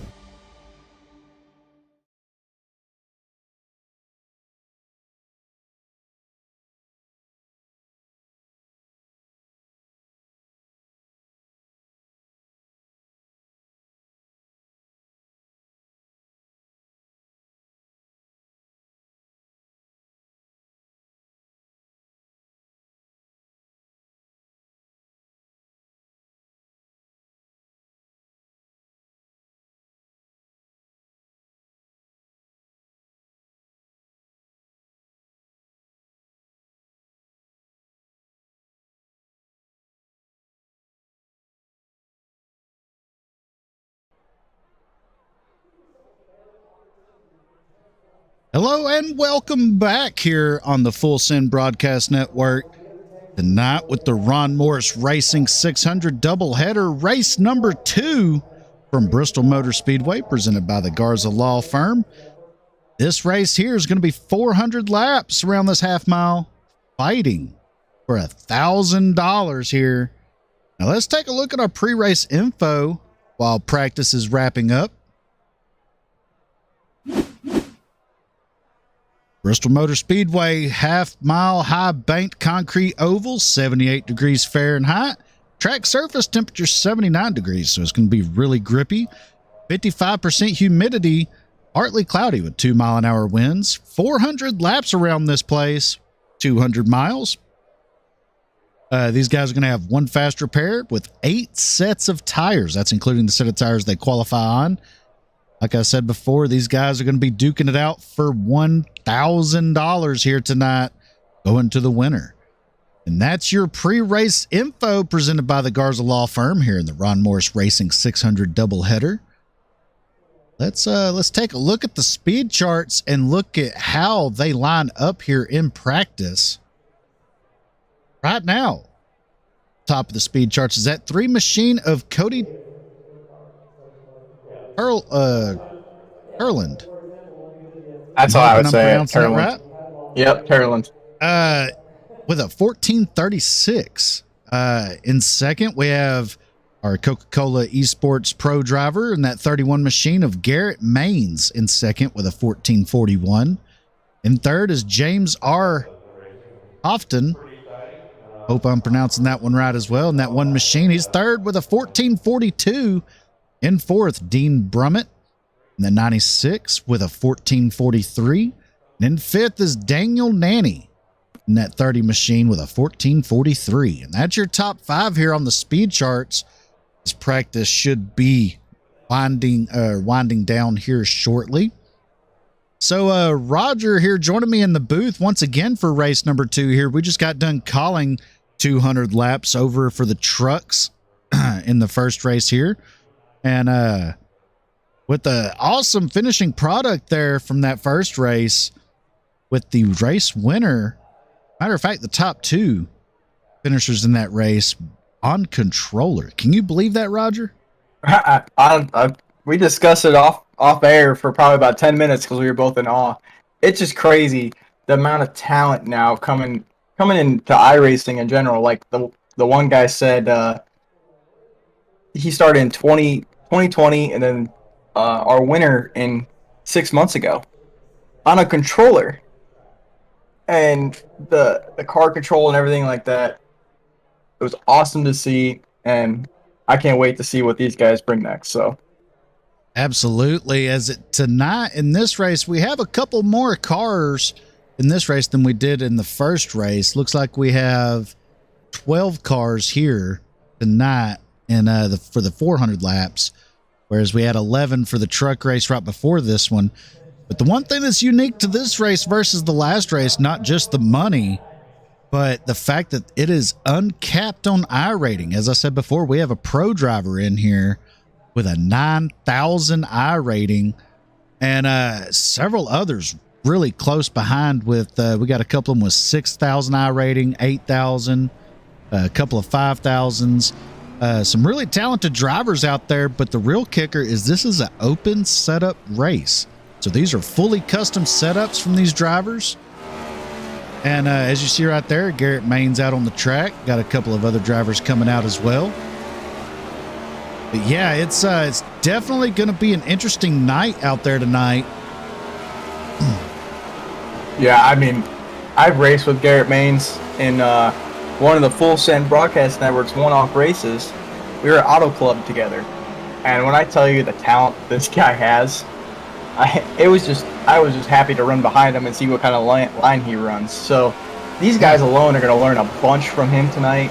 And this number 3 car, Cody, I'm going to butcher his last name just like you did.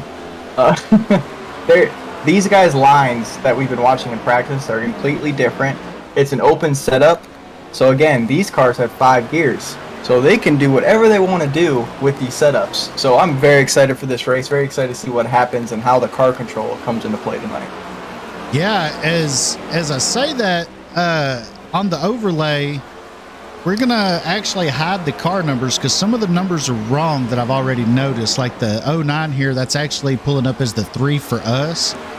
So as we may call out some numbers during the broadcast, they may be a little bit different than what's actually on the car. As we see right here, like here's the 12 of Brad Wright. He's 3rd on the speed charts. His fastest lap is a 14:42, 1/100th slower than Garrett Maines there in 2nd. And speaking of Garrett Maines, his dad, Jason Maines, in that 2 machine right here, running in the race with him. Both those guys, Garrett Maines runs in the Coca-Cola eNASCAR series here on iRacing as a pro driver. His dad runs in the Road to Pro, and both of them run for Elliott Sadler Esports there in their respective categories. And then his brother runs too, I think. I believe so, yeah. And then here's the 48 of Spencer Bird. We seen him last race in that truck race here at Bristol in the doubleheader. He ended up finishing 3rd. He's been on the service, I believe he said, beginning of 2020, I believe. Yeah, so 2 years. A little over 2 years maybe. And he brought it home 3rd in the first race. He's going to try his luck here in an open setup race in these next-gen cars, or as I like to call them, the Gen 7s, and see if he has what it takes to bring it home on another podium back-to-back here. We didn't ask him if he was on a controller. We may should have. Here's another driver that was in the race a while ago, that 911 of Bill Mulfield, giving it his shot out there tonight. Then there's the 30 of Daniel Nanny. In that red, black, and white Ryko machine.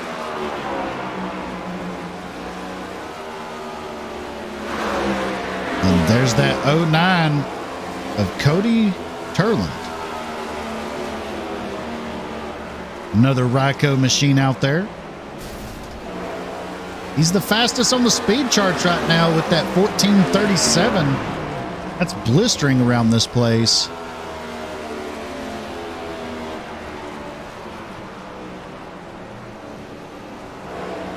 Yeah, his line, man. I've been watching it, and it's something that is definitely different. There's a lot different about this car, and I'm excited to see it because the control that he has in the corner, he could just put that car anywhere he wants it. Same with Garrett Maines. So it'll be exciting to see these guys side by side. I have a big feeling these two are going to be they're going to start in the top 5. I'm hoping with my prediction. But these drivers are going to be side by side with each other a lot, and I can tell you that I am ready for it. As the checkered flag flies on practice, we're going to be heading over into qualifying here. Getting ready to see the speed some of these guys put up. Go ahead and put up the overlay here Like the first car on track is going to be Spencer Bird in that 48 machine. Brad Wright rolling off as well, along with James Houghton. All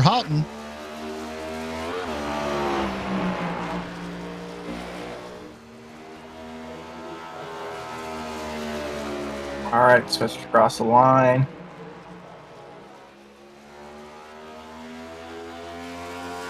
He enters turn 3 on his first hot lap here.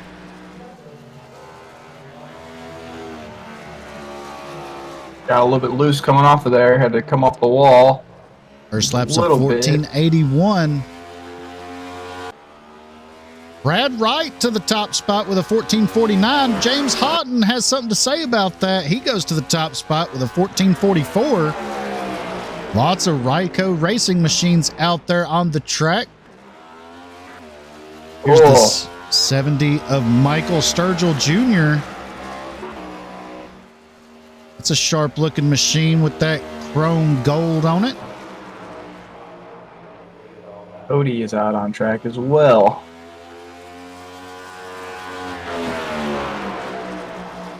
Are we saying Cody Turline? Is that what we're going to say? Turline. We'll just say Turline. Turline. All right, I'm good with that. James Houghton stays on the top spot with that 1444. Sturgill Jr. with the 1486 in fifth. Here's that 09 of Cody Turland. You already switched back to it. I did, didn't I? Yep. Goes P4. Looks like he's going to shut it down with a 1454. That's interesting. Jason Main's out on track as well. He's P5 right now. Let's see if he betters his lap time. He does. He goes to the top spot. Quick time with a 14.441 for that 2 machine of Jason Maines. Garrett Maines, his son, out on track right now in that 31 machine. Seeing if he has what it takes to go to the top spot in that Chevy Liners machine. For Elliott Sadler Esports, trying to go for $1,000 here tonight. Garrett Maines goes P3 on his first lap with a 14.464. Comes out of turn 4 on his second lap. See if he betters it. He does not. He's going to stay P3. Here's the 25 of Dean Brummett. Across the line for his first lap. Going to go P5 with a 14.51. Sharp looking Ricky Hendrick paint scheme right there. I like the chrome on it. Looks pretty suave if you ask me. Second lap in the books. He's going to go to P4 with a 14.47. That 25 machine. Did you say swab or suave? Because I don't know if you read his sponsor or not. It was something to do with swabs. So, military term. But yeah, like I was like, what are you talking about? So as it stands right now, 9 cars, have taken a time. We still have 3 cars left to go out and qualify. Right now, Jason Maines on the top spot. Looks like he's going to be starting on the front row. Like the last 3 are not going to pit with a little bit less than a minute left remaining in qualifying.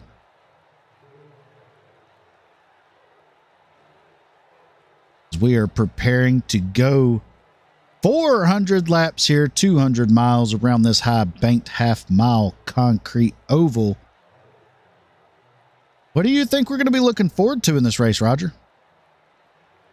Honestly, everything I predicted last race did not come true. So I don't know. I have no idea. I said the top line was going to be the line to go to. It was the bottom. So I am very curious to see how the open setups are going to react here. It looks like a few people are already loose coming off the wall. So we're going to see a bunch of throttle control. We're going to see maybe some shifting. So it's going to be interesting. I don't really know. Yeah, it's going to be interesting to see how these drivers are going to handle with this open setup. This qualifying is over, and they're going to be starting to grid here. We go to pit road. See the cars gridding up there. Let's bring you the official starting lineup here presented by the Garza Law Firm and Ron Morris Racing here in the second race tonight.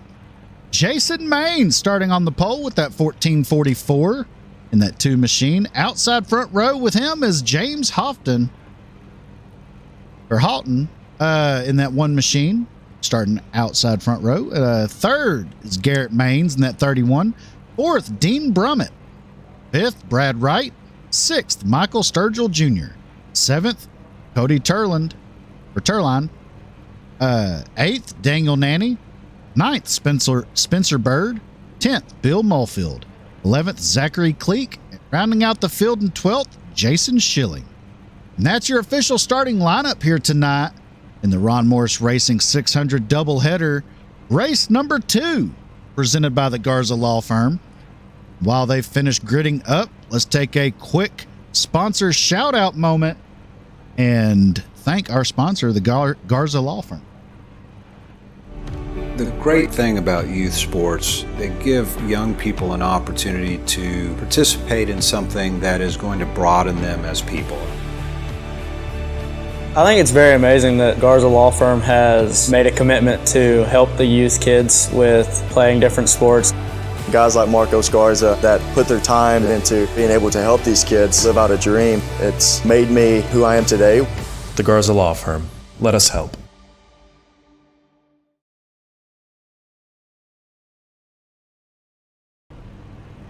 Once again, we'd like to thank Garza Law Firm for coming on board for this race, as they are done gridding, about to roll off of pit road for 400 action-packed laps around this half-mile concrete high-banked oval. They roll off of pit road now. The field following in line behind Jason Maines, your pole sitter. I think I just heard they said there's no fast repairs at all. That's interesting. Might have been a glitch that I had seen when I was reading the info, relaying all the information. But no harm, no foul. If there's no fast repairs, there's no fast repairs. Better be up on that wheel and ready to go. 200 miles here. Lights are out on the pace car, getting ready to go green here. Next time by.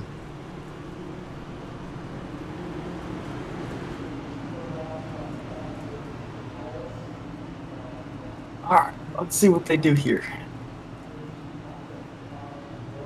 Got the Maines duo starting bumper to bumper on the inside line. Outside line is James Halton and Dean Brummett. See how this goes. Going to turn 3. Everyone anxious to get this thing underway. Pace car pulls in.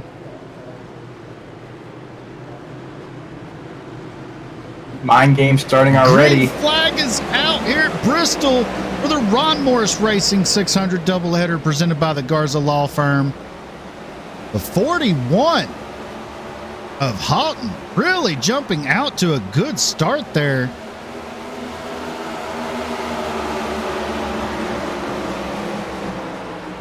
Jason Maines falling back, possibly already trying to do a tire saving strategy.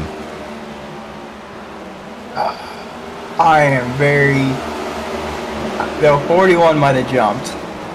He might have. We'll have to go back and look at that here shortly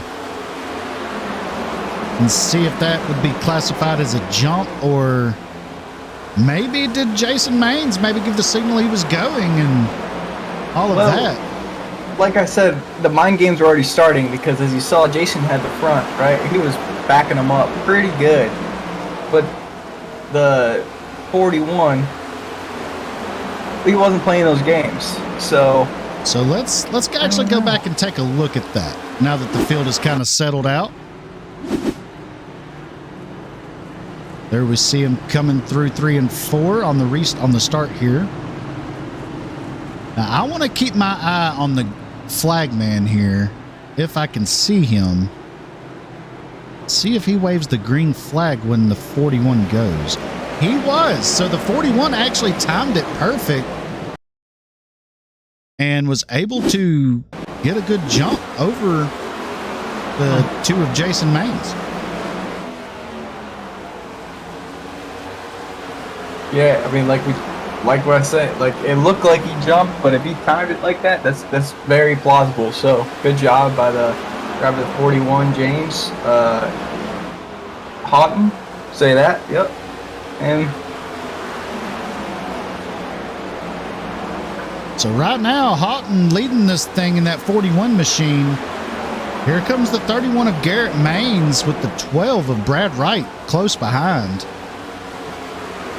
Brad Wright trying to make a move on Maines for that second spot. we're gonna see the leader uses the pick again. I don't think we'll see that ever again in our lifetime, but that was wild, that last race. I don't know, it looks like it might happen. See these drivers changing up their lines through each corner, trying to figure out how to get by the one in front of them. Oh, that 12 has so much speed coming off the corner. The leader's going to be using the pick again. Oh, man.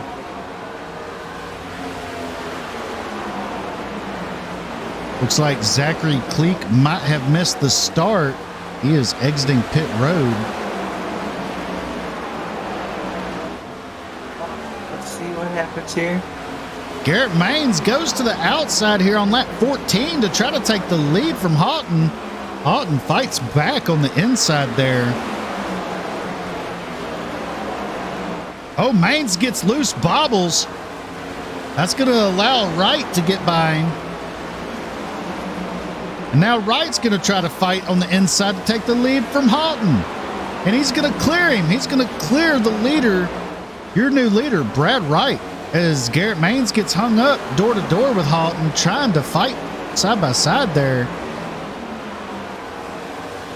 Man, that 12 machine looks fast. It does. I'm just curious to see if it's a short run fast or long run fast. Clean air definitely will help. You see Garrett trying to change lanes on there, trying to see which one's going to work best for him. He went low. He was running high for the first about 10 laps, so we'll see. Let's go check on our pole sitter there. Jason Maines currently running in the seventh spot. Possibly dropping back, saving tires potentially. Gotta make you wonder if he just built a really long run car out of that setup. We'll just have to see how that plays out. I don't know. I've never broadcasted with the mains in the race. I've only raced with the mains, and I can tell you right now that those setups that they're running are fast wherever you go, and whatever it's a restart or a long run. So I think the Coca-Cola eSports experience is coming into play here for Maines with saving tire but still being extremely fast, because he's not fighting back extremely hard, but as you see, he's not giving up his line either. So, that's a 99 or 96. I can't tell with their overlay. The 96 of Brummett, yeah. He's no, it's at a 90. I don't tell what car that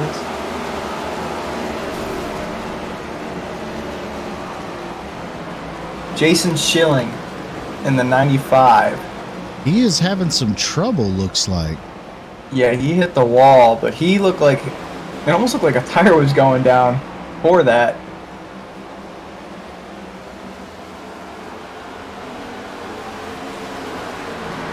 Back up front here. Leader running into lap traffic already.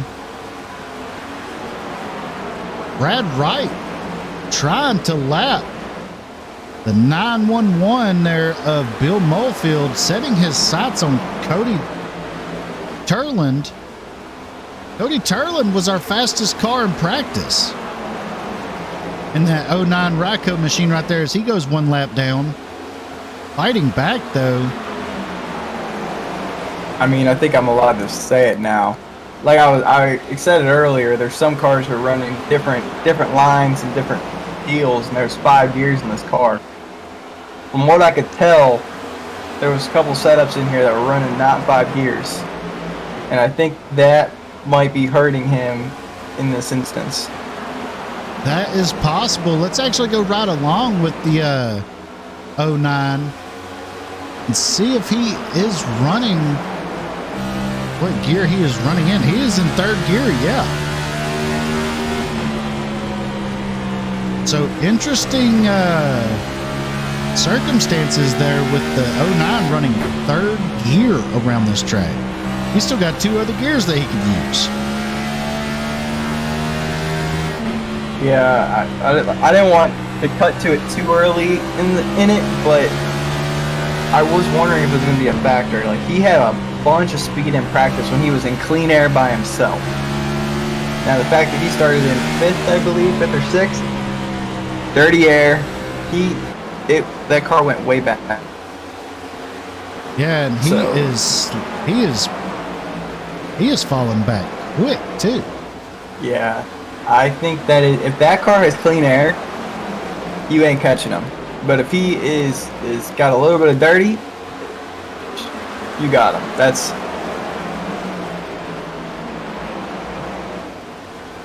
these drivers. Yeah. Yeah, these drivers giving it all they got already, and we're already starting to see the shakeout of these custom setups. Did you see right there? Brad Wright was almost up to his 2nd over Garrett Maines. Now Halton has slowly reeled him back in that 41 machine. Yeah, I think that 41 definitely has a fast car. That's what I was saying. I was curious to see how long run it would be. I'm not counting out Garrett at all because he keeps changing his line and trying to find that rhythm spot. And as you saw last race, if you find that rhythm spot, you're going to the front. So this keeps getting better and better. It's exciting racing. It's super clean. I haven't heard anything on the radio or anything like that, and just seeing the lines from the top 4, they're all running different lines. Even if it's half a car down, it's different. Yeah, that's one thing I was starting to notice. They are all running different lines. Like you see the 30 right there kind of enters mid and exits low. That's the 30 of Daniel Nanny.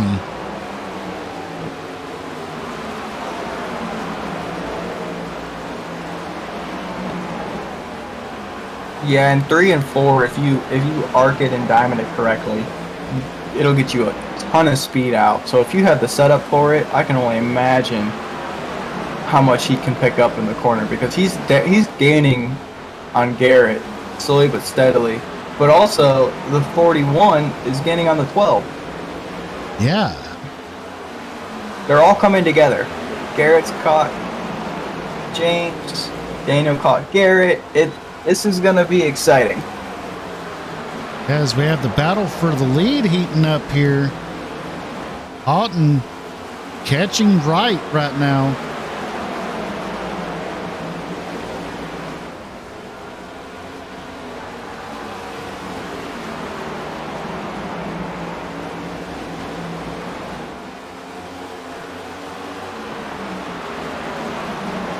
Take a look at their lap time history here. So the last 2 laps, Wright's been a little bit faster, but that last time by, Halton was 8/800ths faster that last time by. Sorry, tongue-tied. Last time by. And as they're coming up on more lap traffic, it's only going to get even closer there. Oh, it's battle for the lead now, side by side. 41 of Halton going to take it. New leader, 41.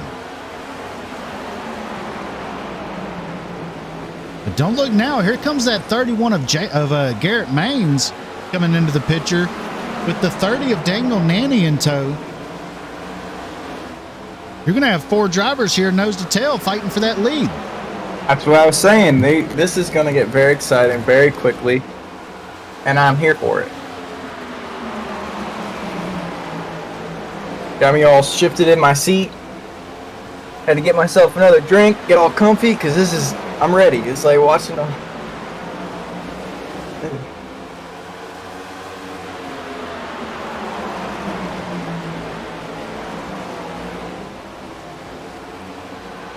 Now, if I were a betting man, would you almost say that 30 is going to pass the 31 and 12 within the same lap? If he times it right, I believe he could do it. Look at that run that, what is his name? Daniel Nanny. Daniel Nanny, look at that run that he gets off that top line. Yeah. It is. If he can time it right and use the leader as a pick again, we keep saying that, it's...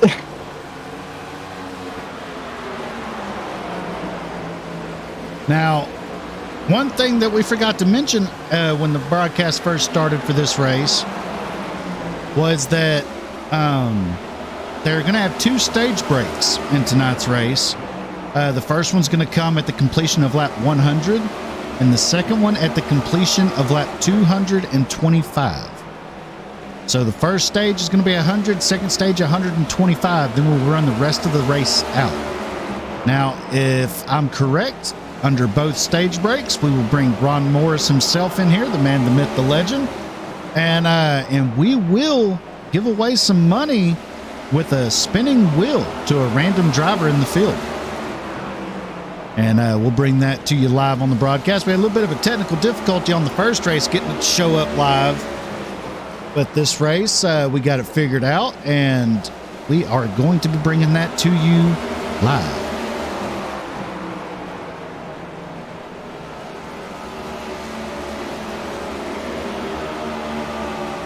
So right now, Houghton not walking away with it from right. The top 4 all kind of nose to tail.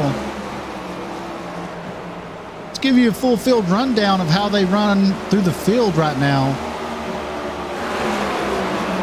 So your leader right now, James Houghton, up 1 spot from where he started. Has a fast 41 machine right there. In second, we have Brad Wright. In that 12, he's up 3 spots. In third, Garrett Maines. He is still currently where he started, in third. In fourth, Daniel Nanny, up 4 spots in that 30 machine. Fifth is the 25 of Dean Brummett. In sixth, looks like he's starting to make that charge back up to the front.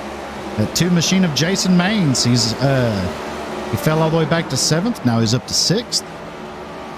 In 7th, we have the 70 of Michael Sturgill Jr. 8th is the 48 of Spencer Bird. 9th, the 09 of Cody Turline. 10th is the 911 of Bill Mulfield. 11th, Zachary Cleek. And rounding out the field in 12th is Jason Schiller. And that's your official running order right now as they run here on lap 62 of 400. That battle for the lead right there, still nose to tail for the top 4. All within 0.7 of a second right there for the top 4 spots. So that's definitely interesting to see how level these guys are on the playing field. Yeah, I don't know, man. I really think there's a couple people just sitting back and just cruising right now. And the 30's getting tired of it. Yep. So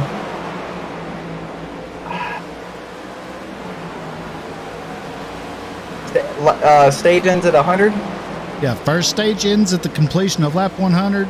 Second stage at the completion of lap 225. Okay, go time's coming up. Especially at Bristol. How fast these laps are. 14 lap average, 15 lap average. So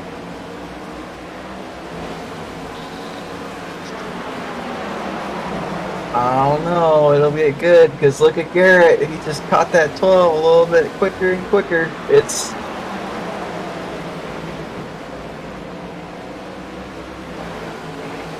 $1,000 is a lot of money. There's a lot of strategy, a lot of mind games being played.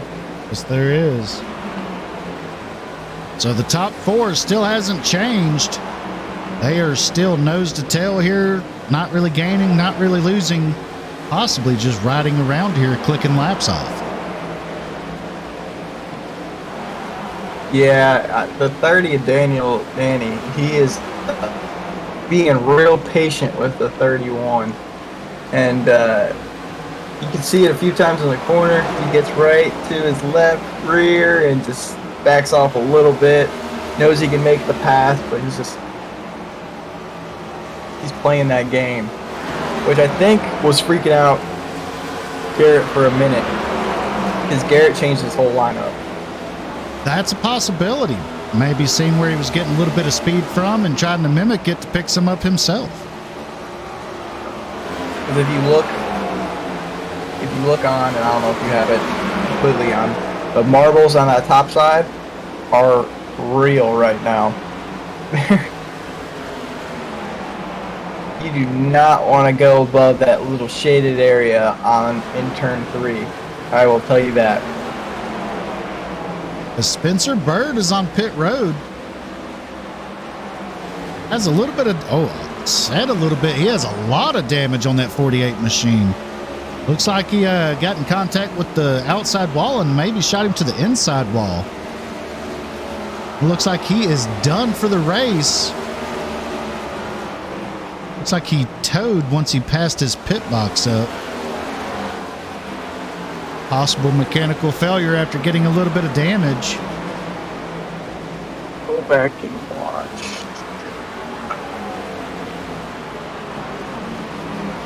Yep, right there. Coming across the line. Got loose coming out of 4 and hit the wall. And that did it for him. So as we have 25 laps to go in this stage, what do you say we do a full send fired up? So let's go for it. All right, we're going to do a full send fired up, let you hear these Gen 7 cars screaming around this half-mile high-banked concrete oval.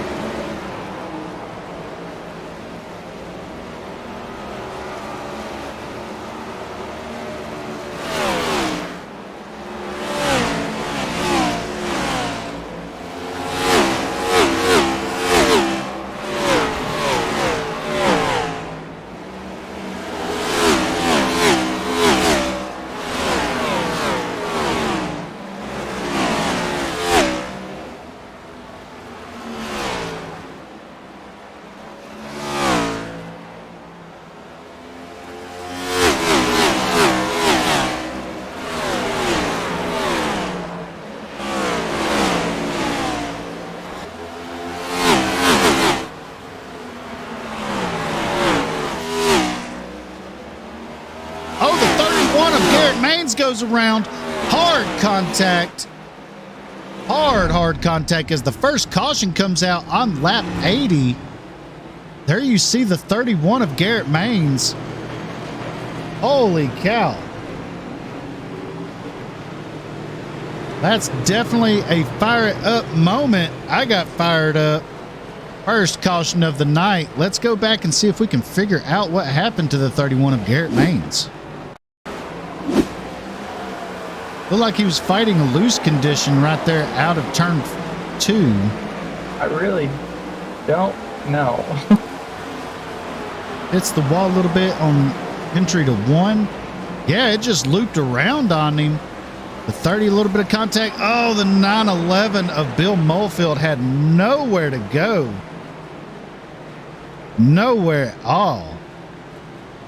Tough break for the 31 of Garrett Maines. I don't think he's going to have too much of a damage deal. Let's follow along with the 31 and see if he has fast repair? I don't think they do. I don't believe so. Lots of damage on that ChevyLiners.com Chevy right there. I do love that scheme. Every time I see him when I watch the races, that scheme is just, it's out there. So the color choices, the way it goes, leaf filter, colleague, leaf filter, all of them, they're from my hometown, so I gotta support it. No fast repair. No, that's what I was saying earlier. I don't think there's no fast repairs. Yeah. So we'll have to see if he sits there and works on that machine. And he does. So your leader right now, that 25, who is, I don't think he will be the leader. I believe he is a lap down. I'm sure he is being scored the leader right now, but I believe that 41 of James Houghton will be the leader. While you ready to find out what I know? What I figured out under crank it up? What's that?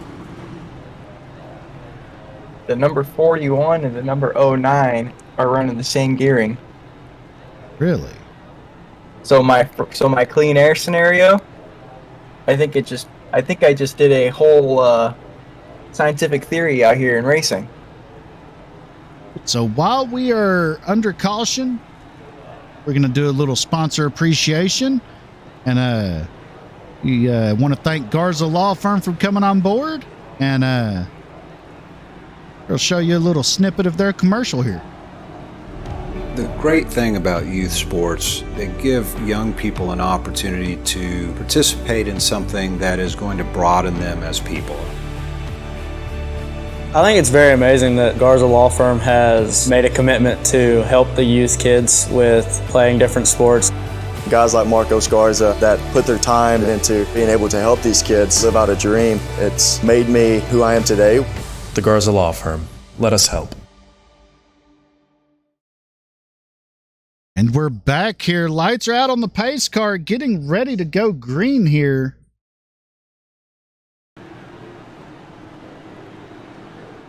Pace car peels off. James Houghton hard on that loud pedal. Gets a good start right there. Dives off into turn 1. 12 of Brad Wright hot on his heels. Look who's back up here now in third. The 2 of Jason Maines. Battling with the 30 of Daniel Nanny as Nanny goes to the low line. Gonna clear Maines for that third spot.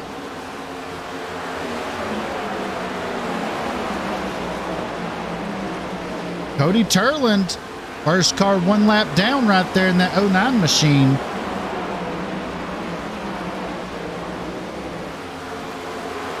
Yeah, when you get a minute, go right around with that 41. Well, let's go ahead and do that now since we are focused on the leader, the 41 of James Houghton. Let's go right along with him for a couple of laps. As you see right there, he is running third gear. That is such an interesting strategy to cut out 2 gears that are in these transmissions. So in reality, is he starting in second gear maybe? He might be starting. There's a possibility. He's coming up on the lap car of Bill Molefield. But if you look right there, that little instant right there, he got some dirty air. That 12 caught him how quickly? Very quickly. That's so. My theory, I think I got one right for the first time, Jacob. The dirty air is a killer on the 3 gear, but if you get clean air, this thing will run. Yeah, that's kind of what it seems like. But something else we noticed also from the first race here tonight, the 200 lapper with the trucks, was if the leader could get any kind of clean air, he would check out. But as soon as he caught any kind of lap trucks with any dirty air, the guy in second or third or whoever would run them down like like there was nothing to it. Like they had an anchor hung out the window. We learned that. We also learned the bottom line saves tires. Yeah, and that's the part that kind of threw me off about it, was that the bottom line saves the tires.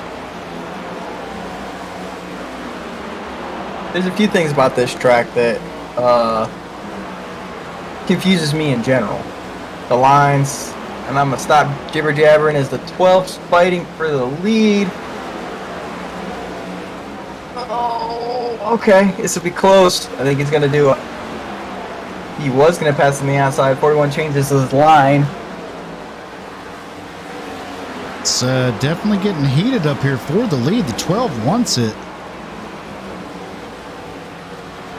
Couple of Ryko machines battling it out up here. He's in third gear too. I didn't know he was Ryko. So these Ryko machines, they're all running a similar setup where they run third gear. That's an interesting development. I would have never guessed you would have cut out 2 whole gears in these cars. And they're not getting loose off the corners. Yeah. And you're a setup guy, and I drive. So going into this, if you built me a setup to drive this and it was 3 gear, oh, we got a caution. Oh yeah, we do have a yellow that comes out. Trying to find who it is, maybe.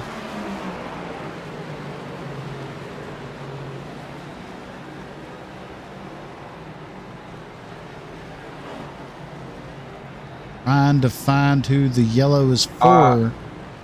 I think it was Jason Maines. I think. Let's go back and see if we can find out what happened.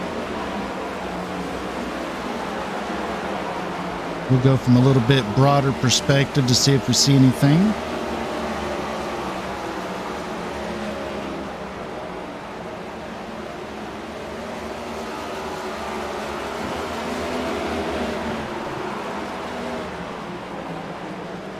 So it wasn't him. No, but if we go to the crashes, it goes to him. Okay, we'll chalk that one up to not paying attention. I didn't think about that. That was the stage end. So as There was, wasn't it? So as the leaders come down pit road, we're so enthralled with that battle for the lead. So with that being said, let's bring in Ron Morris into the booth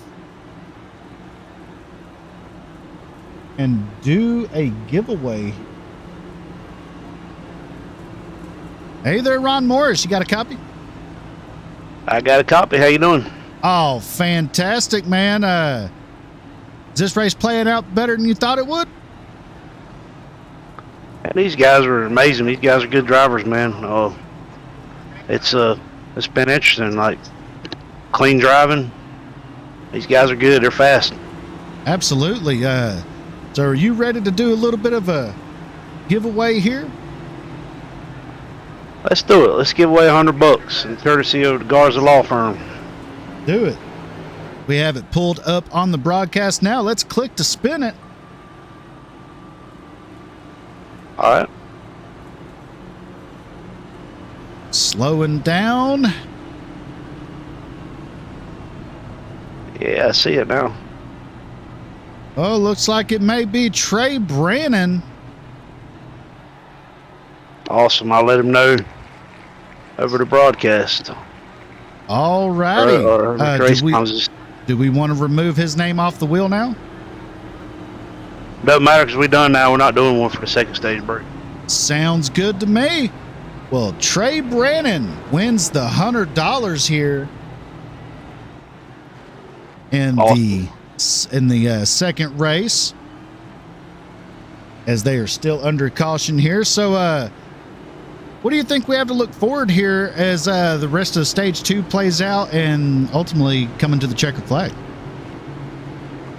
Well, I hate to see Garrett spin. Garrett races with me a lot. He's back on the lead lap, I think now. I hope he can make his way back up. Man, these Ryko guys are fast. I appreciate Ryko too. They signed up quite a few guys tonight. But they got some good setups. They're running good, so it's good to see that we can be this far in and still got 4 or 5 guys that are running up, right there together. So it's been a good competitive race. Well, Ron, I appreciate you stopping by the booth. We'll chat with you once again after the end of the race. Sounds good. Talk to you later. All right, man.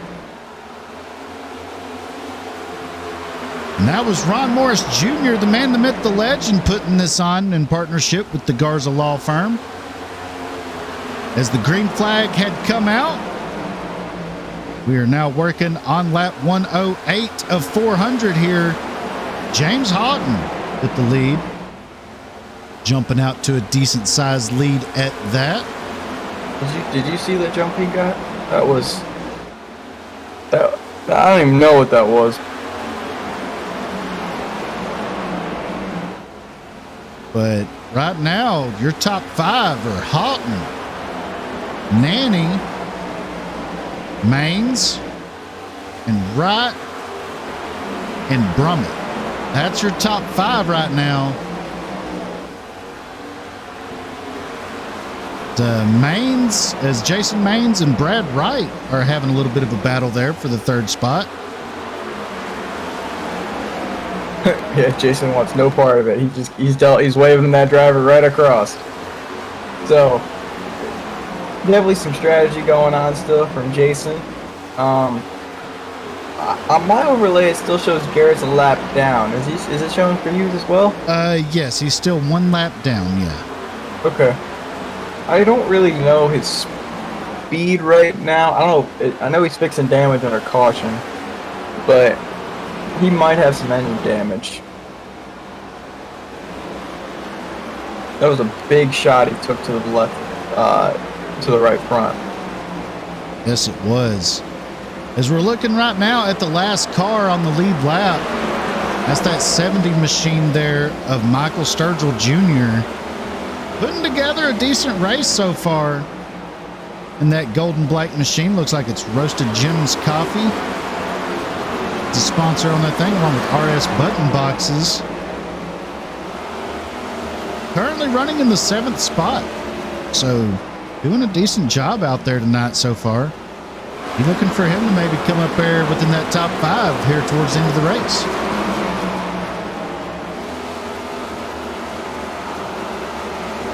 I heard someone just said there was a code brown, so either someone saved something or we missed it again.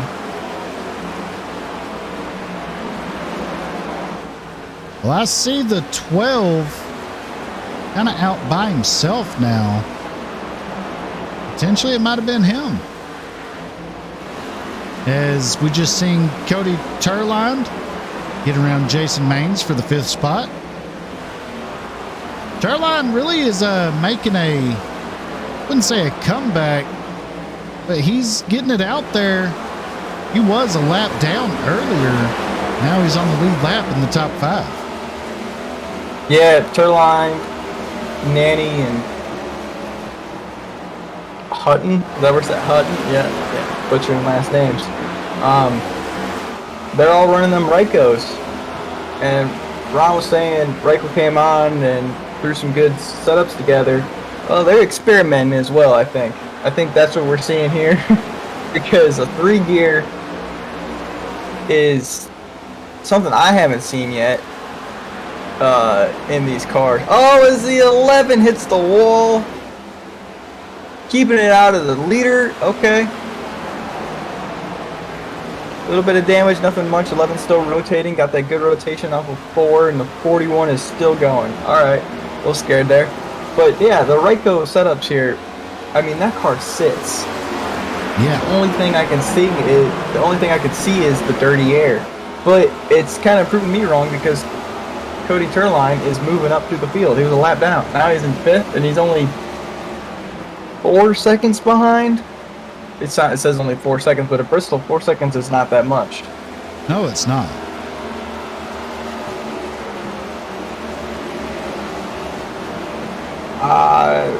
These next 100 laps are going to be really interesting.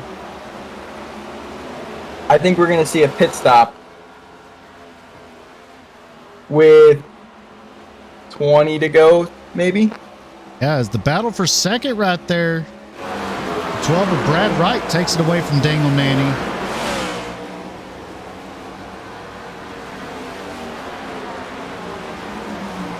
Looks like he is setting his sights on the 41 of Houghton.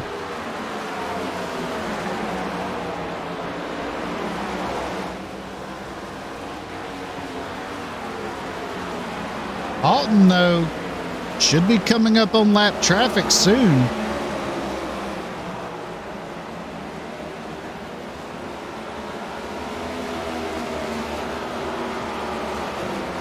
I mean, I'm running 3 screens here, and I don't see anything recently. So if he can get some 10, 15 solid laps out with some clean air, no traffic, he's gonna extend that lead, I think. Yeah, as Cody Turline gets by the 25 of Dean Brummett for the 4th spot. So right now, if I'm correct, I believe the top 4 are all Ryko machines. Is Brad Wright a Ryko? Yeah, top 4 are all Ryko machines. Let me go to right cockpit real quick. 3-gear setup. Huh. So the 3-gear setup potentially could be the winner of this race, but it is still too early to call. We still have 7 cars on the lead lap. And the first car 1 lap down is that 31 of Garrett Maines. And he is... They're getting to 9,500 RPM in the corner in that 3 gear. That's wild. I think he just hit 96 right there. I'm watching right now with Wright. I'm bored with Wright. I don't hear any tire squealing. I don't hear nothing. Let's go on board with the 12 of Brad Wright.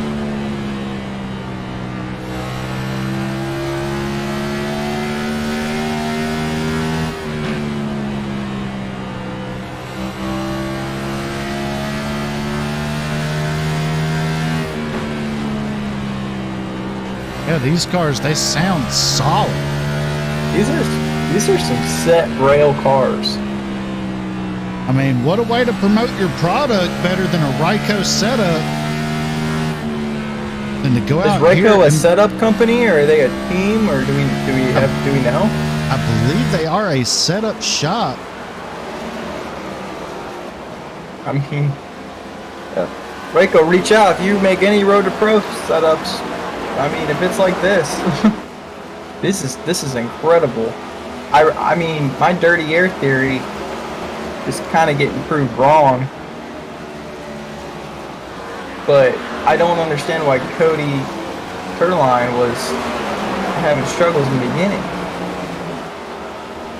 I don't know either, and he's got it lined out now. These cars, and Brad Wright's got the fastest lap of the race still. Yeah, with a 14.46. But here's the real kicker. Okay, the top 4 are all Ryko setups, correct? We've established that. Yeah. So the top 4 fastest laps right now are 1 through 4. You have a 14.48 for Houghton, a 14.46 for Wright, a 14.47 for Turline, and a 14.51 for Nanny. Yeah.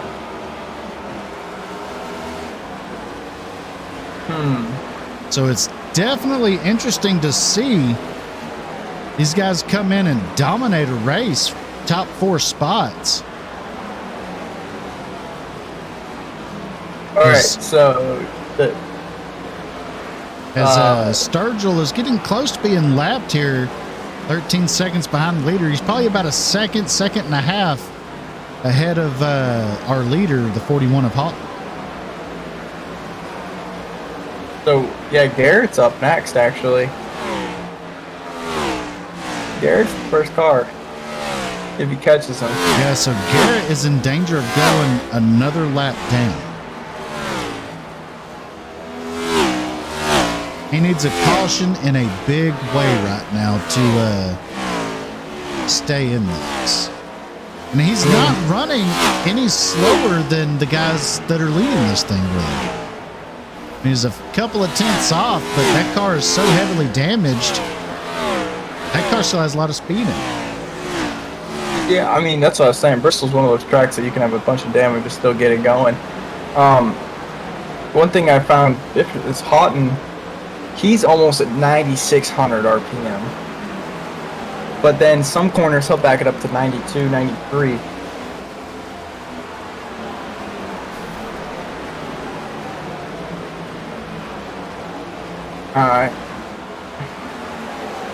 All right, this just in from the big man himself, Ron Morris.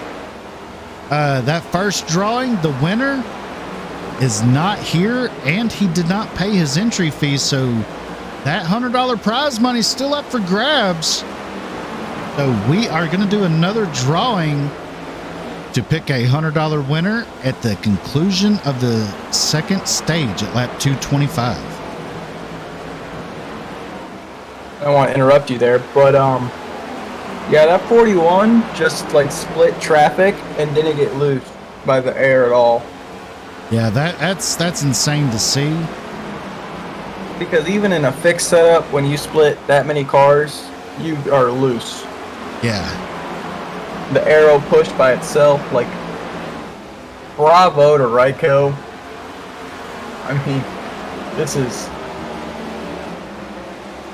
I've never seen,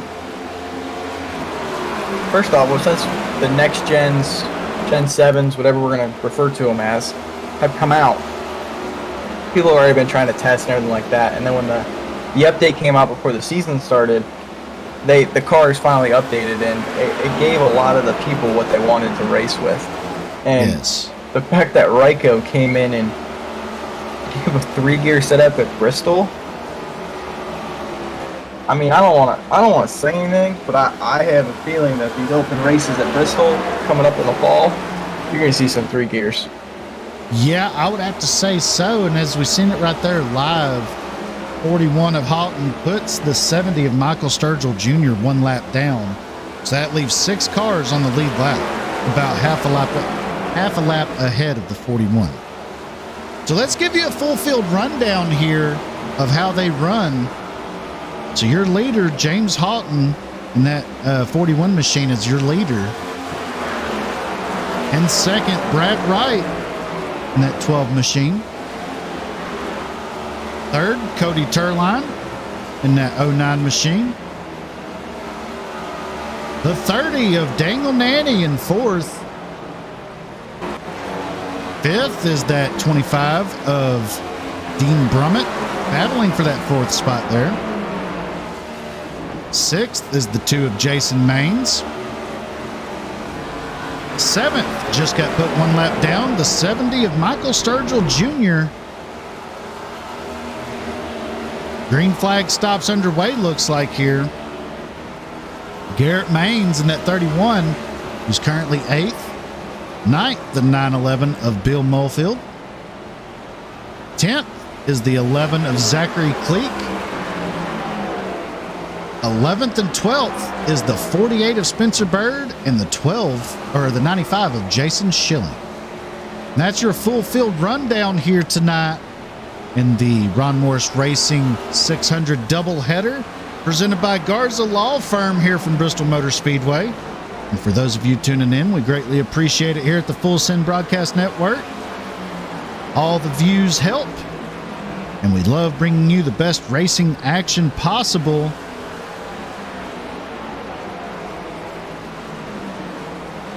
Right now, James Houghton out to a 1.2 second lead over Brad Wright. As we have a battle going on here for that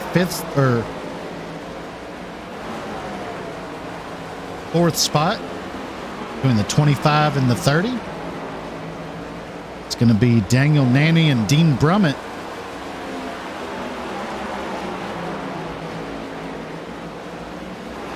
You should probably ask him how to get the Chrome numbers to work correctly. Oh, the Chrome numbers, I have no problem getting to work. It's just I couldn't get it to work on gold. Oh, I know. So, it's a great looking car. I mean, the Chrome really popped, especially if this was a night race. This would be... That car would be my favorite car by far. But the Ryko paint scheme, I really like. I'm old school jagged lines. I'm a big fan of how like the simple jagged lines. And that 30 Ryko car is caught my attention pretty early.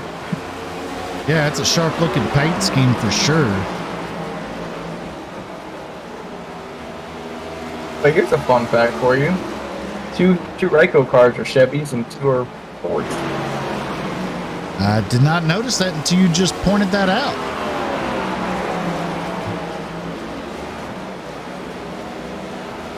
Matter of fact, Cody Turline and Dingle Nanny are the only 2 Fords in this race. Everyone else is running a Chevy. Oh, I'm gonna take my bow tie shirt off because I did not know that. That is, I'm a bad Chevy guy.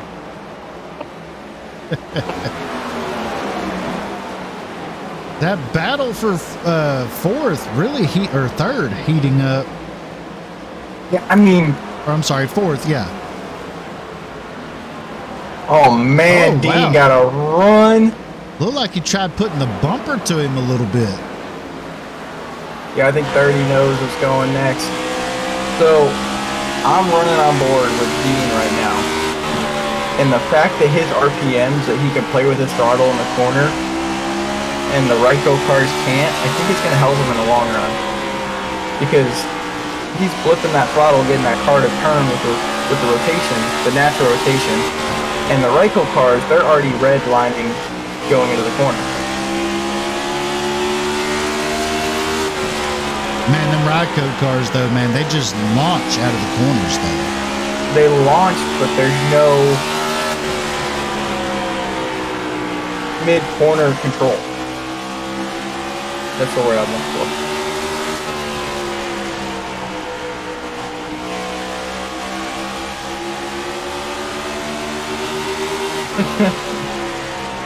Sorry. The driver's chat just made me laugh. We're riding on the front bumper camera of Dean Brummett, looking at the 30 of Dangle Nanny. Brummett trying everything possible to try to get around Nanny.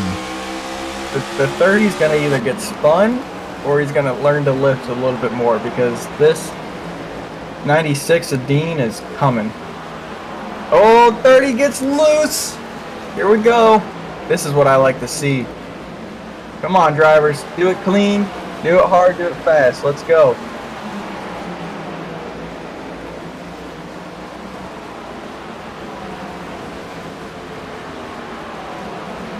As we're getting closer to the end of stage 2, give away $100. The 30 and the 25 battling it out for that fourth spot. The closest battle on track for position right now. Don't look now, but they are reeling in the 09 of Jason Maines is coming up on in that 2 machine. Oh man, Dean is so much better than me because you know how I am with in racing. I probably would have turned him already, right? That's a possibility.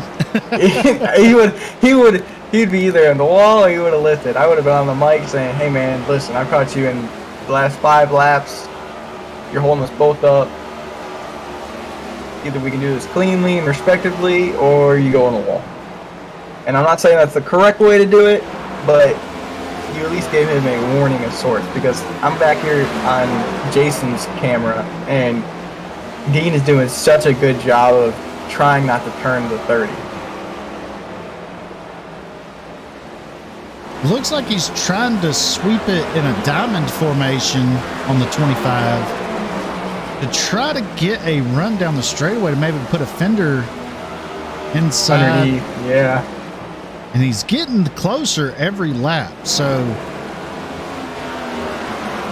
we'll have to see if the 30 bobbles any or if the 25 is able to actually get a huge enough run to get there to do it.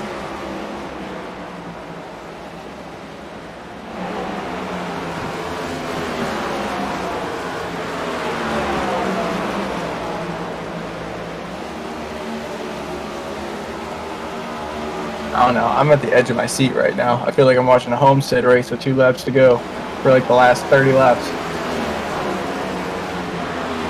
And it's oh, there's the move. He's to the inside. The Is 30 he? scrapes No. the wall. He was there for a moment. Yeah, 30 cleared him. I knew it was coming. 30 gets loose though when he's on that bottom. I feel like Brummett's going to have to force the 30 down to the low side. I think this 11 car is going to be used as a pick. Here comes. Okay, so what he's trying to do, you see him enter real high. He's cutting it down low on the corner exit. He didn't do it that time by. Because the 30 went high as well. 30's trying to get that air. 25 just got a huge moment for the 25. Really got loose right there. I'm on 11. I thought the 11 was going to be used as a pick. Tell you what, that 02 did not want to eat. Did not want to run that high line. Yeah, you saw him get loose there off the corner. This is a really good battle. 30 scrapes the wall again right there on the straightaway. He's putting the pressure on that 30 from the 25. Make a mistake. That's what he's saying. Make a mistake. You would think this was for the lead. I mean, honestly, it could be at the end. These 2 cars right here.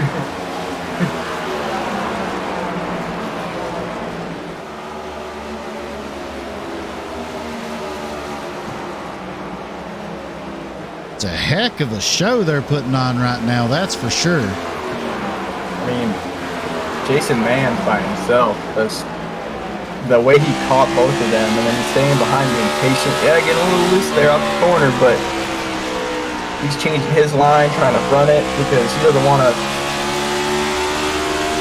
shoot under. There's the bumper. 25 is there. Contact. 25 has the outside lane. That's what he wanted. He backs out of it. Yeah, you got to loose off the corner.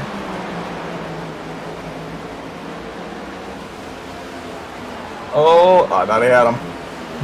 And this battle is getting insane. I can only imagine their tires. Oh, wow. Oh, wow. What's going on up here? The 41 must have just had a moment, the leader, because second place, Brad Wright in that 12 machine. Oh, it's not a moment. He is catching him in a hurry. So, I think it's tires. Because he's getting real loose. Brummett got around him. Unfortunately, he waited till we clicked off of him to check on the leader.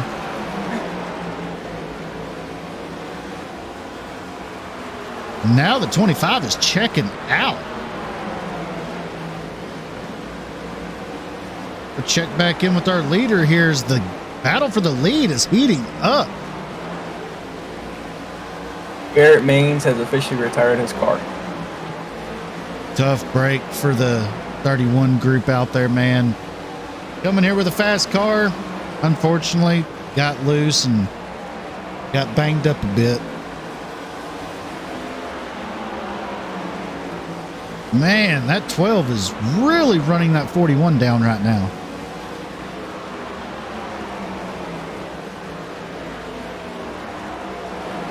I'm going on board with the 12. That's probably my favorite view at this track is on board cockpit. Or it's just the weight these cars handle.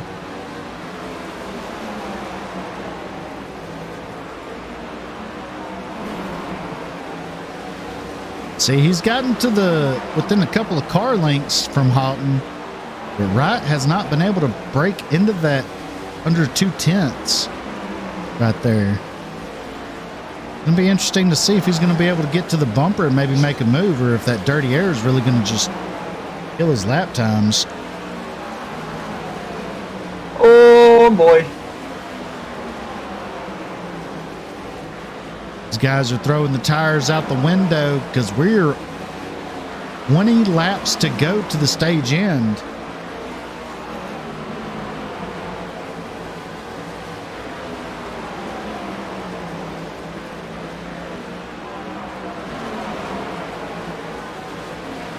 So after this lead battle, I want to pay attention to this 911 car, because this paint scheme, there's a lot about it that I want to go into after this lead.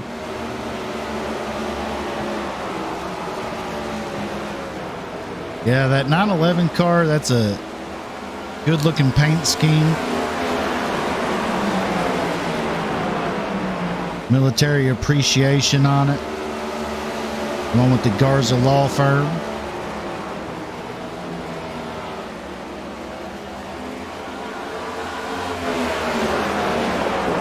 Man, that 12 is faster on that high line. He had so much speed. Yes, he is. The counter steer though. In. Oh, there's the move. He's going to give it to him. Yep, 41's going to give it to him because he knew he had nothing for him on tires. That would be my only thought, that why he would give it up. All right, we got a few to go in the stage. I'm going to go to this 911 car right here. And just, I mean, appreciation, man. I don't know, many people probably don't know, I'm active duty military, so doing these broadcasts and racing and iRacing is awesome to see when I see these paint schemes, and he's got every branch on there, so I greatly appreciate it, man. That's awesome. The volunteer sticker, it is what it is. I'm an Ohio State fan myself, but I'm actually in Tennessee currently, so I can respect it. So great looking scheme, and just keep it up. Even though you're just logging laps, the fact that you're just still in this, I appreciate it personally. Absolutely, yeah, that's a huge props to him, having that kind of damage, staying out on the track, logging laps, knowing you're not going to win this thing with that kind of damage, but nonetheless out there still having fun. And it's what it's all about, man. We get on this sim to have fun, and that's what it's all about. Have fun, make some friends, and occasionally race for some money like they are tonight. Yeah, I mean, these money races,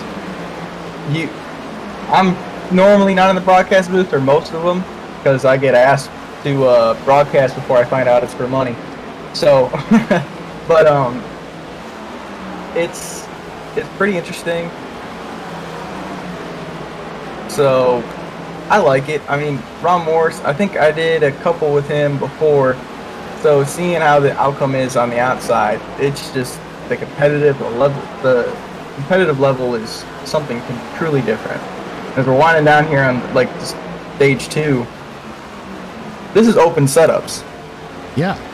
You and I tested for an hour and a half the other day on an open setup, and imagine the time they put in just for this Bristol setup themselves. Yeah, I could only imagine, especially being like a setup shop or something like that, where you know you're going to be putting a product out for the masses. As the 41 slaps the wall pretty hard on corner exit. But yeah, I mean, you spend lots and lots of times. Like, matter of fact, I built a setup for the ARCA cars at Daytona one time for a league, to try to get the cars to bump drain. Because everyone knows the ARCA cars, you cannot touch another person's back bumper without spinning. Well, I spent probably every bit of, I would say, 30 hours on that setup. And I didn't think I was ever going to get it right. And then finally we got it to where we were running, locking bumpers bump drafting. And when I say bump drafting, I'm talking about slamming bumpers. That's a race we were 4 wide, wasn't it? Yeah, we were running 4 wide for 6 laps straight. Yeah. At 210 miles an hour in an ARCA car. Yeah. And it was just the wildest thing. But that was, like I said, it took 30 hours to do that. I can only imagine the kind of times these guys have put in and invested in these short track setups, 1.5 mile setups. I mean, that was a super speedway. That doesn't take a whole lot to go around that. But, man. We're on the last lap of the stage, though. I don't mean to interrupt you. And the 41 is going to take a shot. Yeah, and the 2 is the caution comes out for the stage end here. 41 with a last-ditch effort. The 2 of Jason Maines holds on to that lead lap. But, yeah, I mean, I remember a text that said, come run ARCA. And I get in my ARCA, and you're in the car, and you're pushing me down the backstretch, and I'm like, I'm going in the wall. I'm going in the wall. And that's the only thing in my head, is I'm going in the wall. And the pictures we got off of that race alone were just incredible. Like, so the setups that you can make in this simulation, I'm not going to say game to irk people, is it's incredible. Like, the rotation of these cars, especially at Bristol, in a real car, you're pulling 5 to 6 G's in a corner. When you're turning in a fighter jet, you're pulling 5 to 6 G's at a, basically, we'll say, a flank turn, a sharp turn, right? Yeah. Going off a carrier, you're hitting a few G's because of the inertia and the initial launch. But you're doing 5 to 6 in every corner. Oh, it was 2013, I think, when Sports Center was doing the sports science thing. They did a test at Bristol to show how many G's you're pulling in the corners. Yeah. And whenever you hear people say NASCAR is not a sport, share that video with them and show them the physical strain it does on your body. Yeah. Well, let's get Ron Morris in here and let's give away some more money. Hey there, Ron Morris. You got a copy? I got a copy. All right. Let's try to give away some more money here. Hey. Let's do it. Yeah, that last guy not even in the field. We're going to give it away to somebody who's racing. All right. Let's do that. I mean, Garrett disconnected. We got a few that disconnected. If they win it, we'll give it to them. But it's got to be somebody who started the race. All right, so we got the wheel up on the broadcast. Let's give it a spin here. Presented by the Garza Law Firm. Start slowing down here. Oh, looks like it may land on Trey Brannon again, so we will give it another spin. This thing must be rigged. All right, we'll remove all his instances on there. Let's do it one more time. I know, right? It seemed like it might have been a loaded wheel right there.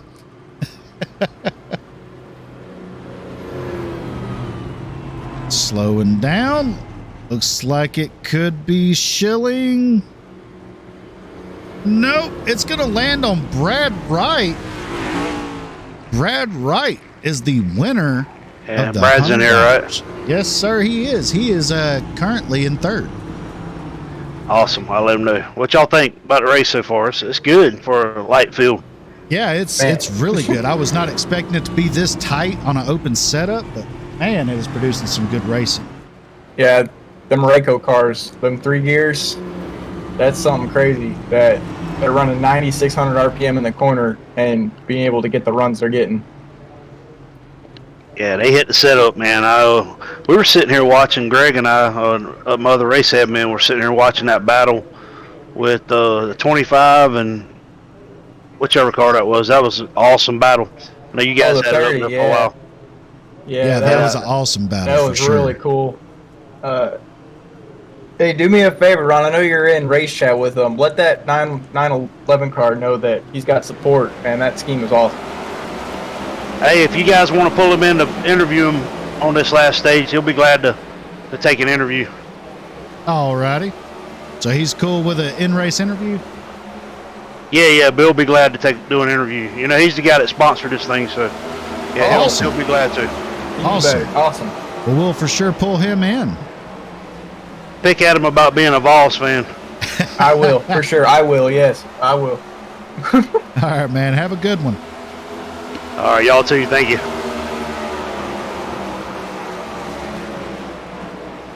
But don't look now that 09 is in first. Yeah, Cody Turline taking it away from Jason Maines there. This race is really getting interesting. And here's the 12 of Brad Wright trying to take it from him.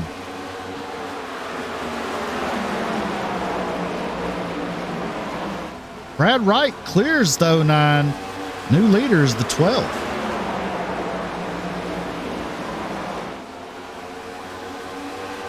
Just seeing Ryko on my screen. And that 25 running that high line still. Man, this is going to be an interesting. Yeah, I would have to say if anybody has anything for that Ryko crew, it's probably going to be that 25 there of Dean Brummett. He's the only one that's really showed speed to keep up with them and actually make passes. I think Jason's holding back. I think he's logging laps for sure to get to learn the track and learn the setup and learn everything. But I think if Jason plays his cards right, you're going to see that ticker go down. That's a possibility, but we'll definitely have to wait to find out. But if you notice, under that, towards the end of that second stage, though, Jason Maines was fighting to stay on the lead lap. Yeah, he was falling off for sure. I mean, I'm 90% sure his son's in his ear. Oh no, the 09 got collected because he does hold it. Great save by Cody Herline, and the 41 of Hutton, they both hit and saved it. Well, let's, Bill Mulfield, a little bit of an issue. Looks like he spun. He gathers it back up. He's going to take it down pit road, looks like. Let's first let's try to go back and see what happened to the 09 here. You see the damage on the left side. Let's see if we can find out what happened here. That was the pass for the lead. So maybe it's right off in here somewhere, maybe? Right after that.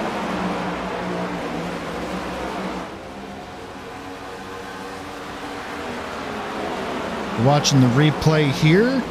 Find out what happened. Oh, see the bobble right there. Oh, yeah. 41 even got some contact out of it.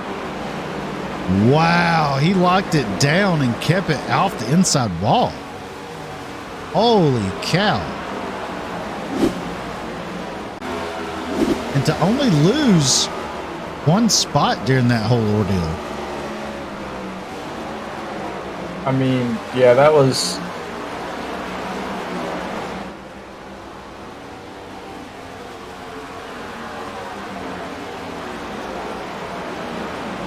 The leader, Brad Wright, just got told he won the 100. Now he's trying to make it 1,100 by going out and trying to win this thing.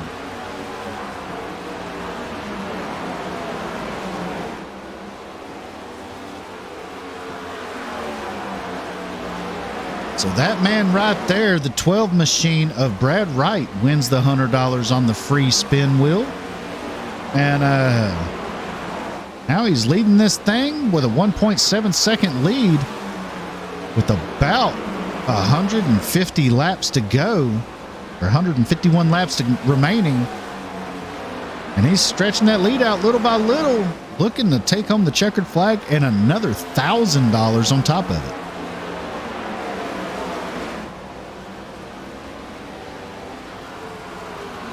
Yeah, I'm trying to find Bill in the Discord. I can't see him. Bill Mulfield coming off of pit road.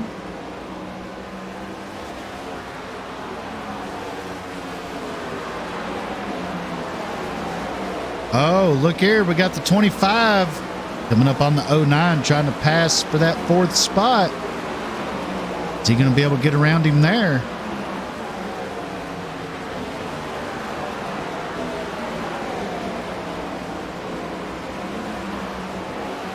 Well, I was going to pull Bill into the chat, but he is not in Discord chat at all.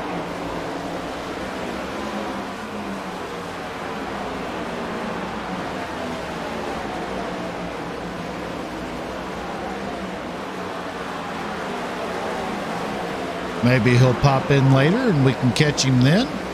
Yeah. So right now, the rest of the field, top 7 cars that are on the lead lap are all kind of spaced out evenly. Just about. The closest battle on track looks like for second between Halton and Nanny.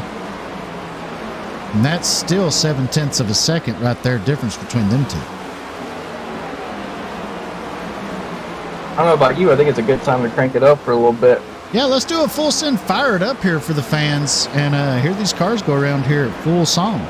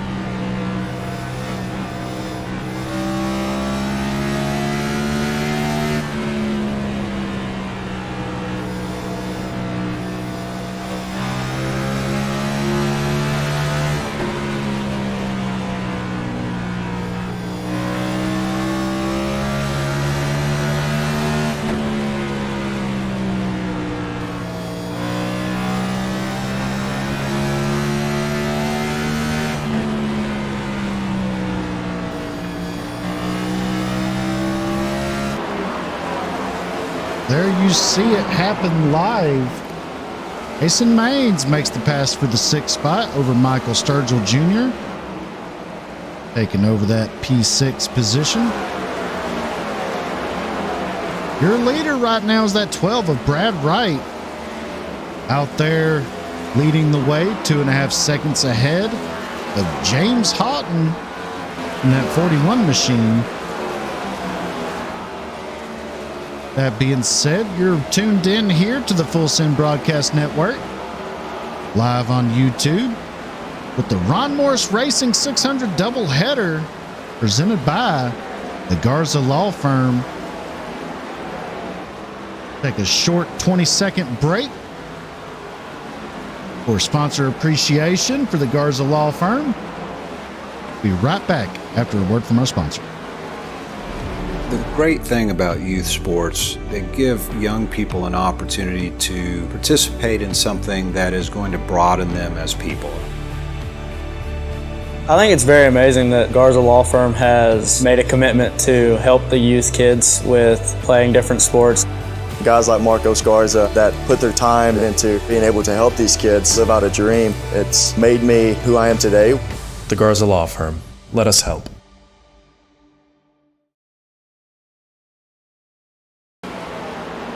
And we're back.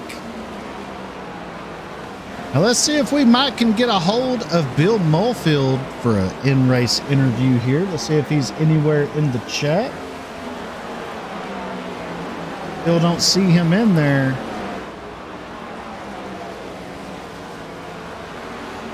So we may not be able to get to interview him this race. Man, these Ryco cars really putting on a show here in dominating fashion. Top 4 spots. Dean Brummett right now in that 25 machine, trying to make his way around the 30 of Daniel Nanny. As we're closing in on the last 100 laps here of the scheduled 400. Getting close to some the green end. flag pit stops. We just might. I would have to say they may be getting pretty close with it. Let's see if we can look at stint lengths here, if it will show anything. That part of my overlay is still broken. What are you trying to see? My bad. The stint, how many laps they have run on each stint. I can actually. So the top 6 last pitted on lap 228. So they're going on, I believe it's 60 laps so far on this run. Yes. So you said 200 and what lap? 228. Yeah. So for some reason mine's a lap ahead of you, so mine says 229. Zachary Cleek, last pitted on lap 177, if he's still racing. I don't know if he's still racing or not, but Zachary. As we see, Yes, he is. as we see So a he's- battle going on right now for 4th. Brummett trying to make the move on Nanny. Didn't mean to cut you off, but it just got heated all of a sudden between these two. Brummett not able to seize the opportunity. Here we go again.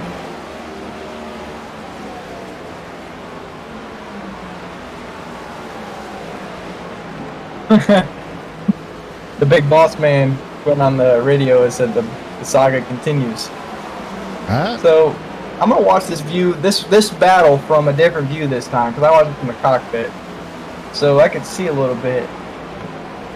Definitely a little bit of different approach from Brummett this time, because there he goes. He's running that high line, and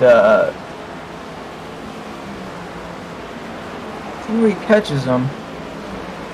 I'm expecting pit stops the next 30 laps. This is my guess. That would be my estimate between the next 30 to 50 laps, I imagine. Oh, as the 30 has a big moment right there. It gets loose out of 4. Yeah, I thought 25 hit the wall, though. Oh, the closing speed. Yeah, Holy. the 30 is fighting some handling issues right now. Yeah, but if you can get it back, nope, that 20, dude, that Oh, high line. wow. Holy. that 25 on that high line is something to, if he can run that line, he might catch, I'm not saying the leader, he might catch second. And we're riding along with Daniel Nanny right now, seeing how much wheel he's having to put into it. You would think he's dirt tracking part of this with how much he's turning back to the right.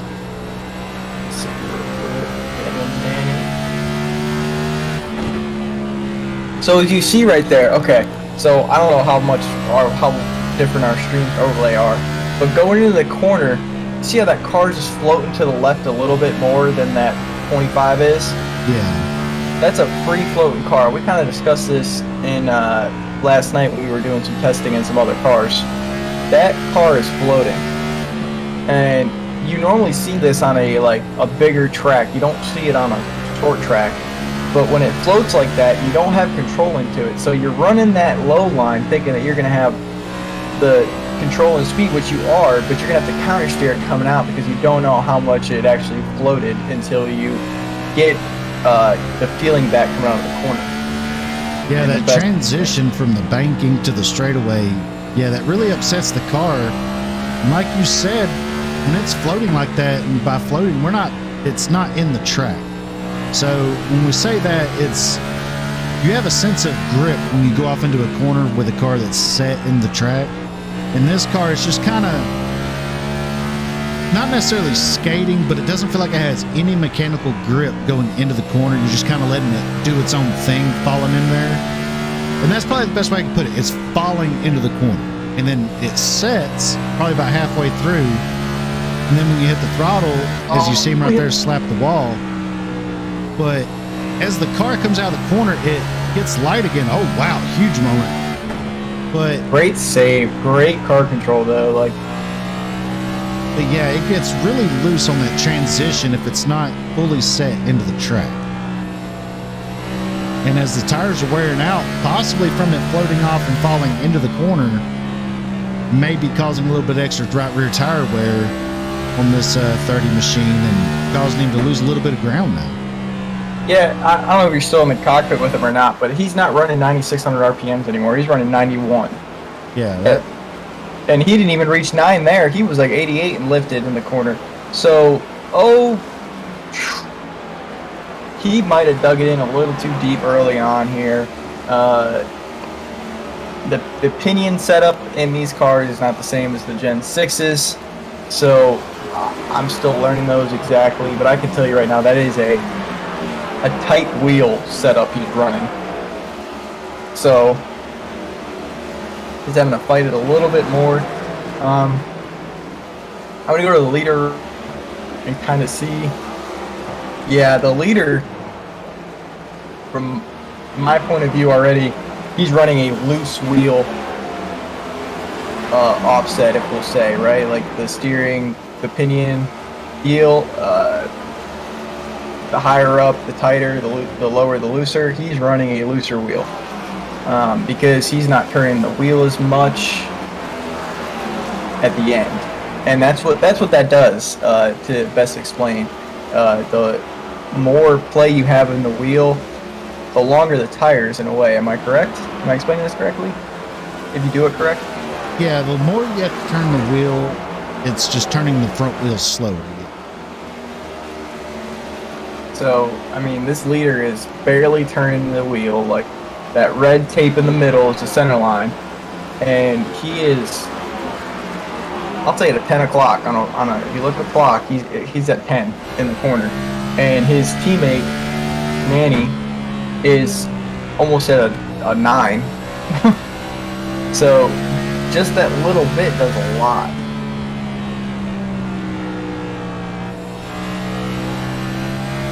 But the tire fall off right now, they're at a full second fall off right now on tire wear. Like the last time by, the leader ran a 15.506. Fastest lap is a 14.4 flat.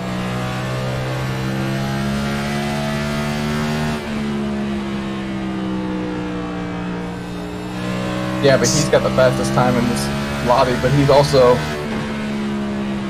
one of the slowest top speed wise, so he's doing something right. Now, with that being said, the man on the move right now, he is on a move, that is for sure. It's this 25 machine of Dean Brummett. He is closing in on that 09 machine of Cody Turley.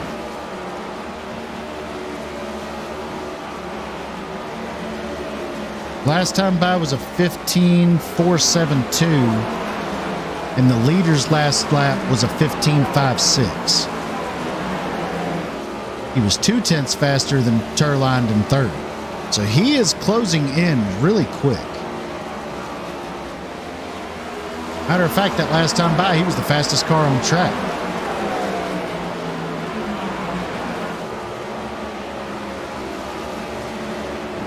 This time by, let's see what the lap times show. He is still the fastest car on track for 3 laps consecutive.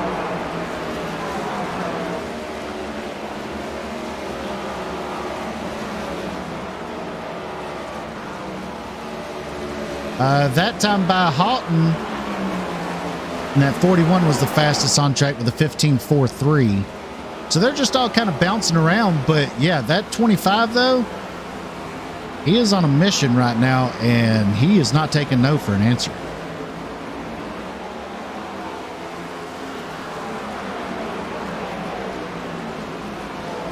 So let's give you a full field rundown of how they are right now as they run.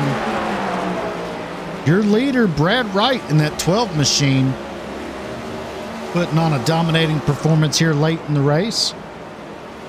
In second, we have the 41 of James Houghton.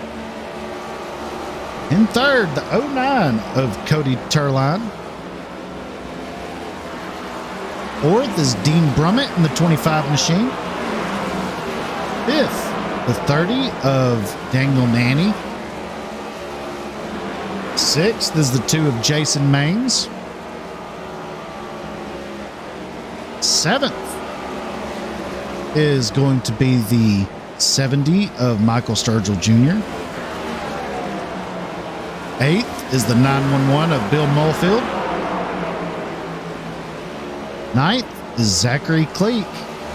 And out of the race right now is the 31 of Garrett Maines in 10th. 11th is Spencer Bird in the 48. And in 12th is the 95 of Jason Schilling. And that's your official running order as they are right now, with Brad Wright leading this thing with about 77 laps to go in this thing tonight.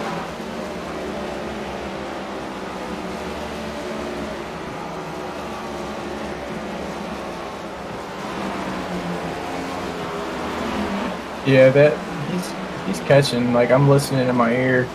I was away for a minute, but I can hear it in my headset, and his lifting points and the way he's getting in the gas is running a solid line, and he's moving the wheel a little bit more, but he's running that high line as well. Yeah, he's kind of gotten stalemated right now. He hasn't been gaining or losing right now.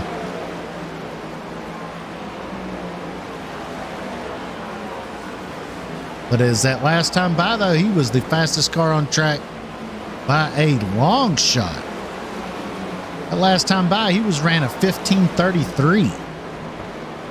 He was 2 to 3/10 faster than everyone else on the track.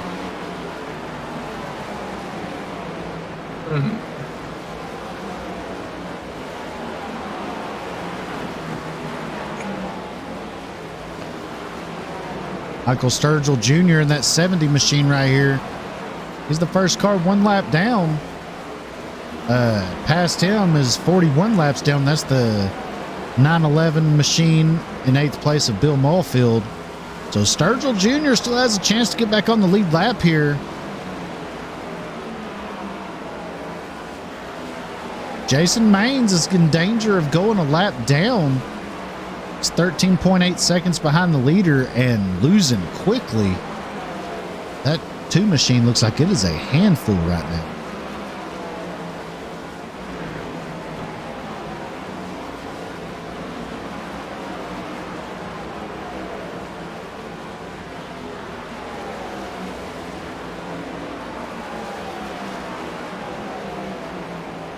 No real close battles on track as of right now.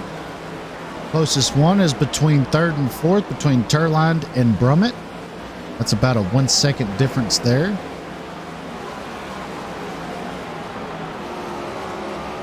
And you know, Turline really had a great recovery from the beginning of this thing in that 09 machine. He started off a lap down, not having a real good race. Then all of a sudden, out of nowhere, after the first stage, he just kind of popped up back in the top 5 and has been up there since. Yeah, I mean, I kind of proved my theory wrong earlier with the bad air, with the dirty air. My bad, not bad air, dirty air.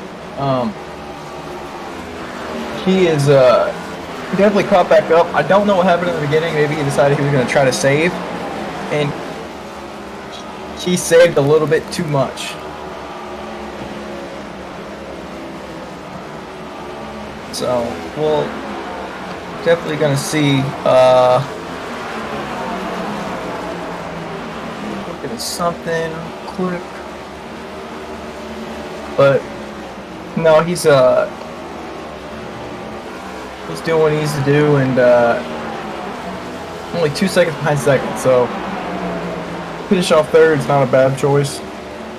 Yeah.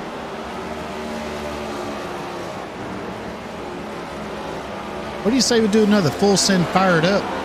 Let these folks hear these cars go around here at full song. Looking forward to that one, yeah. Final time of the night. Here's your full send fired up.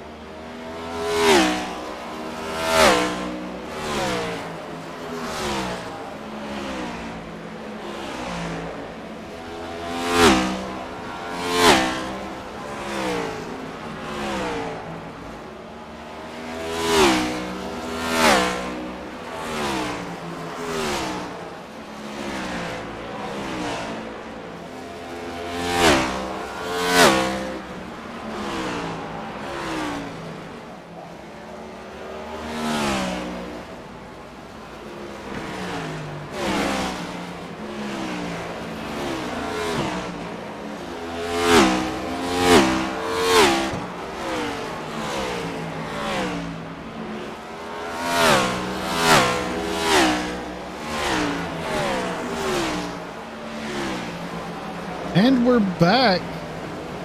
Your leader still That 12 machine of Brad Wright out to 8.5 second lead over James Houghton in that 41 machine. Ooh, that was close. The 11 almost hit the pit wall barrier right there. I mean, Trying to get on pit road. I was more worried about the 11 spinning out on the apron. That was definitely. Let's go back and take a look at that pit road entry for the 11 of Zachary Cleek. Was that a scheduled pit stop? Was that a thing, or was that like a get out of the way for the leader type thing? He could be going into scheduled green flag stops now. I probably thinks that had one more. Yeah, we were around that time frame. We got it right.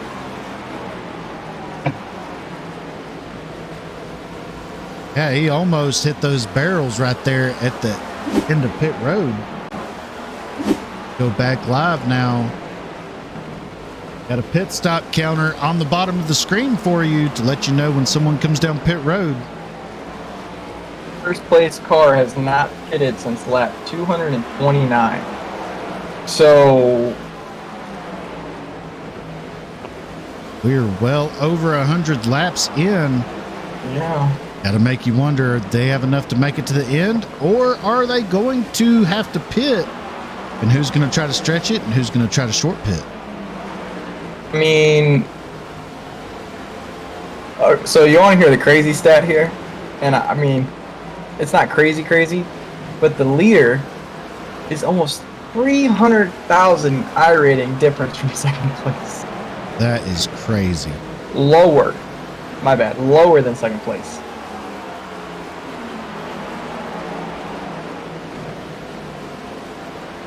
That is... What?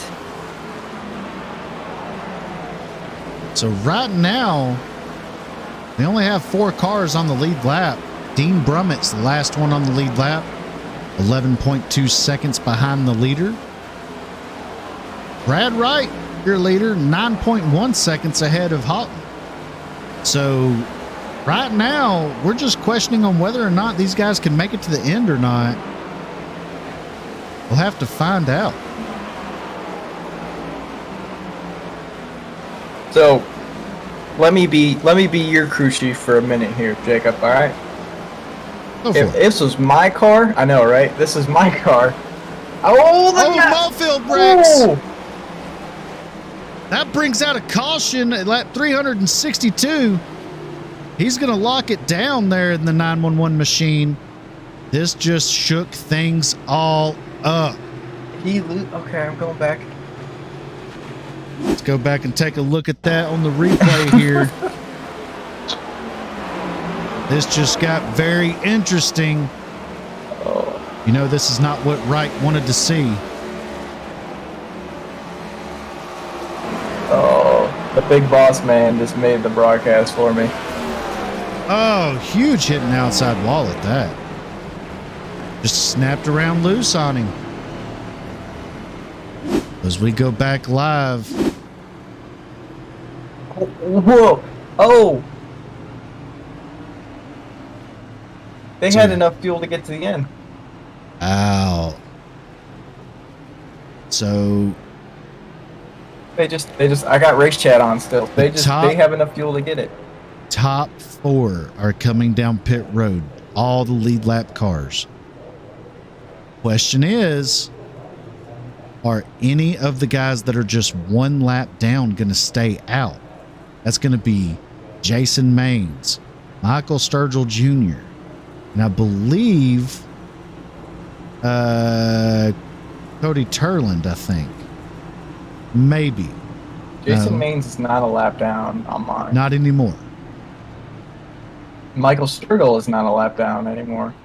Because they just went around. Nope, they're coming down so pit they road. Went around. So they're going to come down pit road. They're going to get their lap back. No, they're not.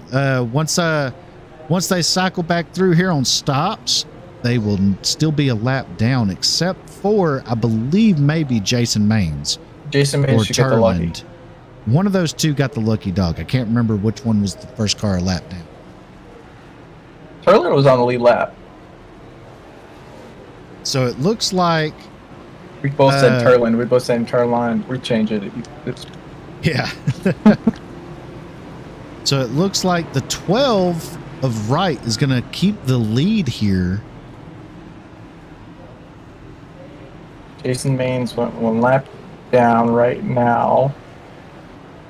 Interesting.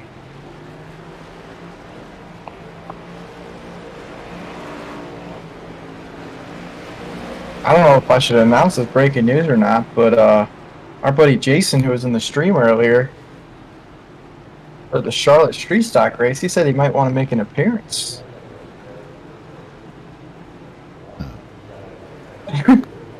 Could you imagine you and him in the booth together?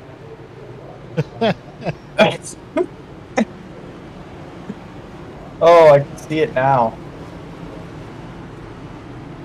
That'd be amazing. Alright, so what? 40 laps to go? Around there, 40 laps. Ryko cars. Does the 25 have a team? Brummett, Dean Brummett. Let me just look at his car.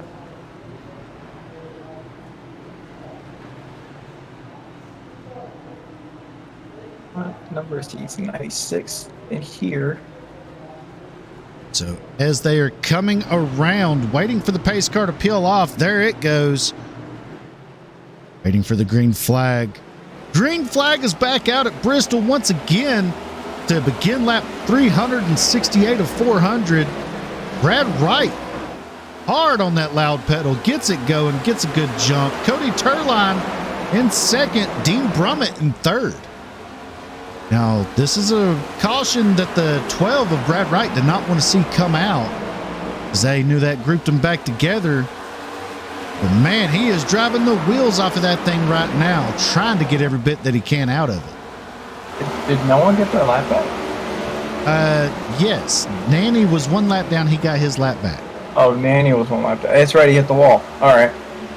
So now we're looking at the top 4 here.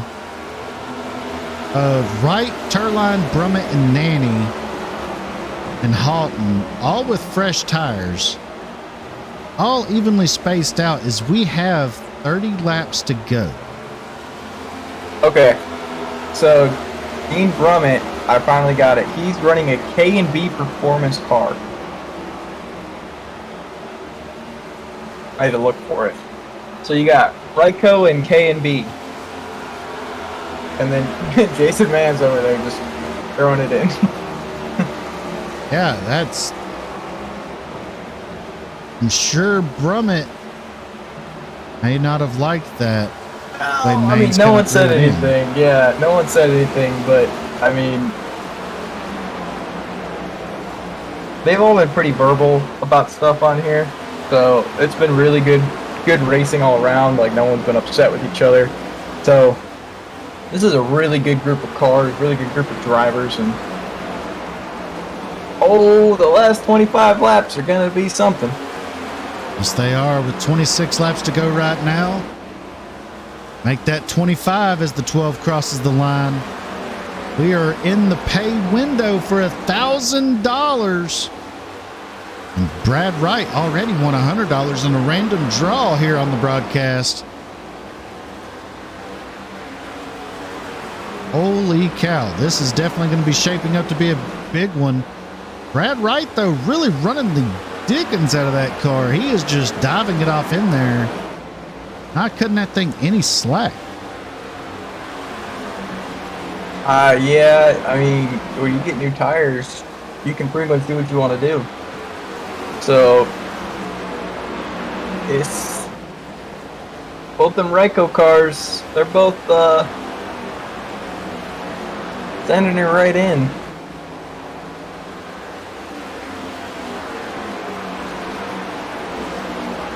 Yeah, that's... So right now you got Brad Wright leading this thing. Second, Cody Turline. Third is Dean Brummett. Fourth, Daniel Nanny. These two right here have been fighting all night long, back and forth. Fifth is James Houghton. Sixth, Jason Maines. Seventh, Michael Sturgill Jr. Eighth is Bill Mulfield. 9th, Zachary Cleek. And in 10th is Garrett Maines, 11th, Spencer Bird, and 12th, Jason Schilling. All three of those drivers are out of the race. So back up front here, Brad Wright up to almost 9/10 of a second lead. Here's this battle right here once again between Brummett and Nanny. These two have been battling like this all night long. Fun racing to watch between these two.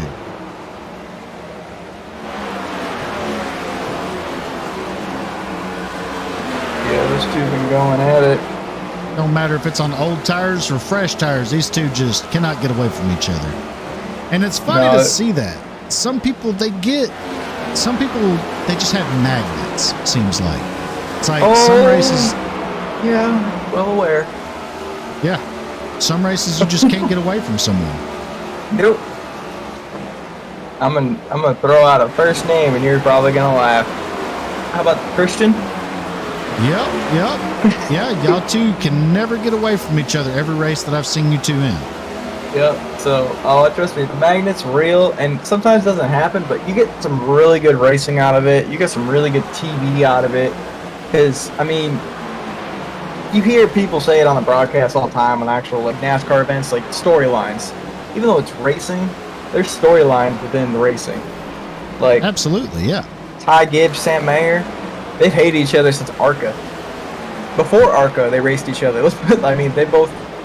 So there's storylines. What's going to happen with it? And here's the 30 battling back to the inside of the 25. These guys are fighting for a podium position here. And that one position pays a huge difference in money. I don't know if we've seen the 30 fight the 25 contact. Good job recovering by both of them side by side in the corner, high line, low line. Here we go into turn 3. 30's got the edge, 25's got the run off the top line. And these guys are just duking it up. More contact, look like. Man, he's just scraping that wall. All right, 25 is not Dorp. He's clear. Holy went into cow. spotter mode. Went into spotter mode there for a minute. we are in under 10 laps to go here tonight, and this is the battle on the track. 3 Reiko. Oh, is the 11 going to be used as a pick? 11's been pretty smart about what he's doing tonight. 25 running that high line, get that roll off. So right now, Brad Wright out to a 1.1 second lead over Cody Turline in second.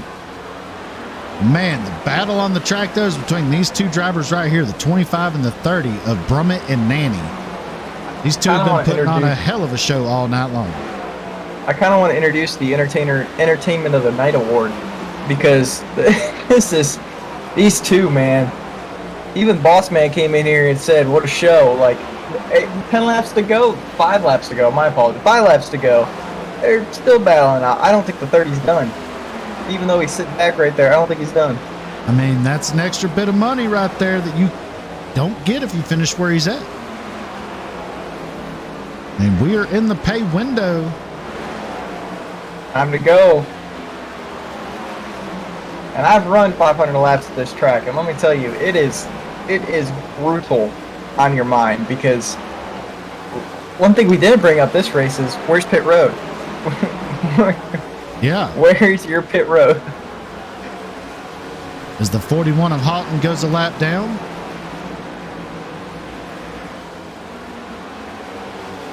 At 12, setting sail.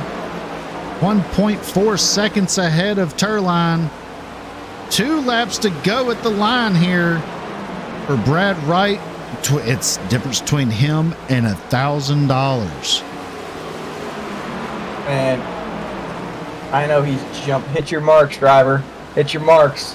You know that adrenaline is pumping for that 12 right now. They need to put heart rate monitors on iRacers, because I promise you, when it's a money race and there's like 5 to go. Final time through 3 and 4. The 12 comes out of turn 4, sees the checkered flag, wins it. Brad Wright picks up the checkered flag and the $1,000 tonight. And he also won the $100 for the drawing So he is $1,100 richer tonight. Gonna burn it down for the fans watching. For each and every one of you tuning in tonight, we greatly appreciate it here at the Full Send Broadcast Network. We strive to bring you the best racing action possible, and boy, did it pay off tonight. Holy cow. I was not expecting that race to play out like it did. Were you? No. Man, now let's bring you the official finishing results here tonight in the Ron Morris Racing 600 presented by the Garza Law Firm. Brad Wright picks up the checkered flag in that 12 machine, taking home the cool $1,000. In second, Cody Turline brings that 09 machine home in second. Third, Dean Brummett. Fourth, Daniel Nanny. Fifth, Jason Maines. Sixth, James Houghton. Seventh, Michael Sturgill Jr. Eighth, Bill Mulfield. Ninth, Zachary Cleek. 10th, Garrett Maines. 11th, Spencer Bird. And rounding out the field in 12th is Jason Schilling in the 95. That's your official finishing order here tonight, presented by the Garza Law Firm. What do you say we start bringing in some, see if we can get our top 3 finishers in the chat here. Talk to them for a little bit. We got our top 2 sitting there. Looks like Dean Brummett was our 3rd place finisher. Dean Brummett, yep, He's in there now. I'm trying to get Bill in here as well. Let's get 3rd place finisher up here in the booth, Mr. Dean Brummett. Hey there, Brummett. You got a copy? We got a copy. What you say, guys? Oh, man, not a whole lot, man. I'd have to say, out of everybody out there tonight, you had to have put on the best show out there. All right. That was a hell of a race to see between you and Nanny there fighting all race long. It's like y'all had a magnet for each other, man. Tell us a little bit about how that race went for you and ultimately bringing it home in the 3rd spot. Yeah, man. Definitely didn't have the car we wanted tonight. It was just a little too tight. Couldn't really get over the bumps real good. I could definitely see that Brad and the faster drivers. They were kind of gliding over the bumps, and I kind of felt like I was just jumping them. And car didn't want to rotate quite as well, but just a war of attrition. Stayed there. Had a long fight early in the race with the 3 car when he was a lap down, and everything I kind of learned off of battling him I used later with the 30. Was right behind him for a long time, and I don't mind fighting people.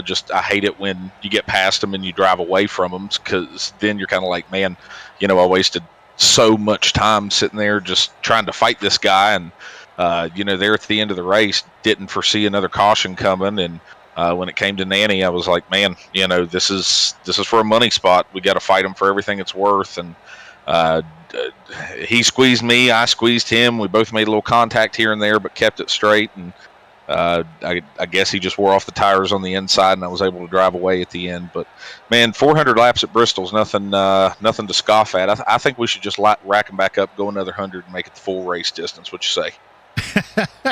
Right? Well, man, I'm telling you, I don't know if my voice could take another 100 laps. But I think I'd have enough to drink. Right? But man, I tell you what, you did a fantastic job bringing that 25 machine home in the 3rd spot.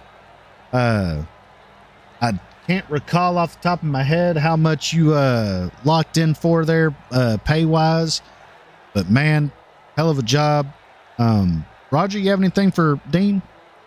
Man, I just gotta let you know. So I feel you with the 400 laps. I got stuck doing a 500 lap race in 87s here for Jacobs Entertainment.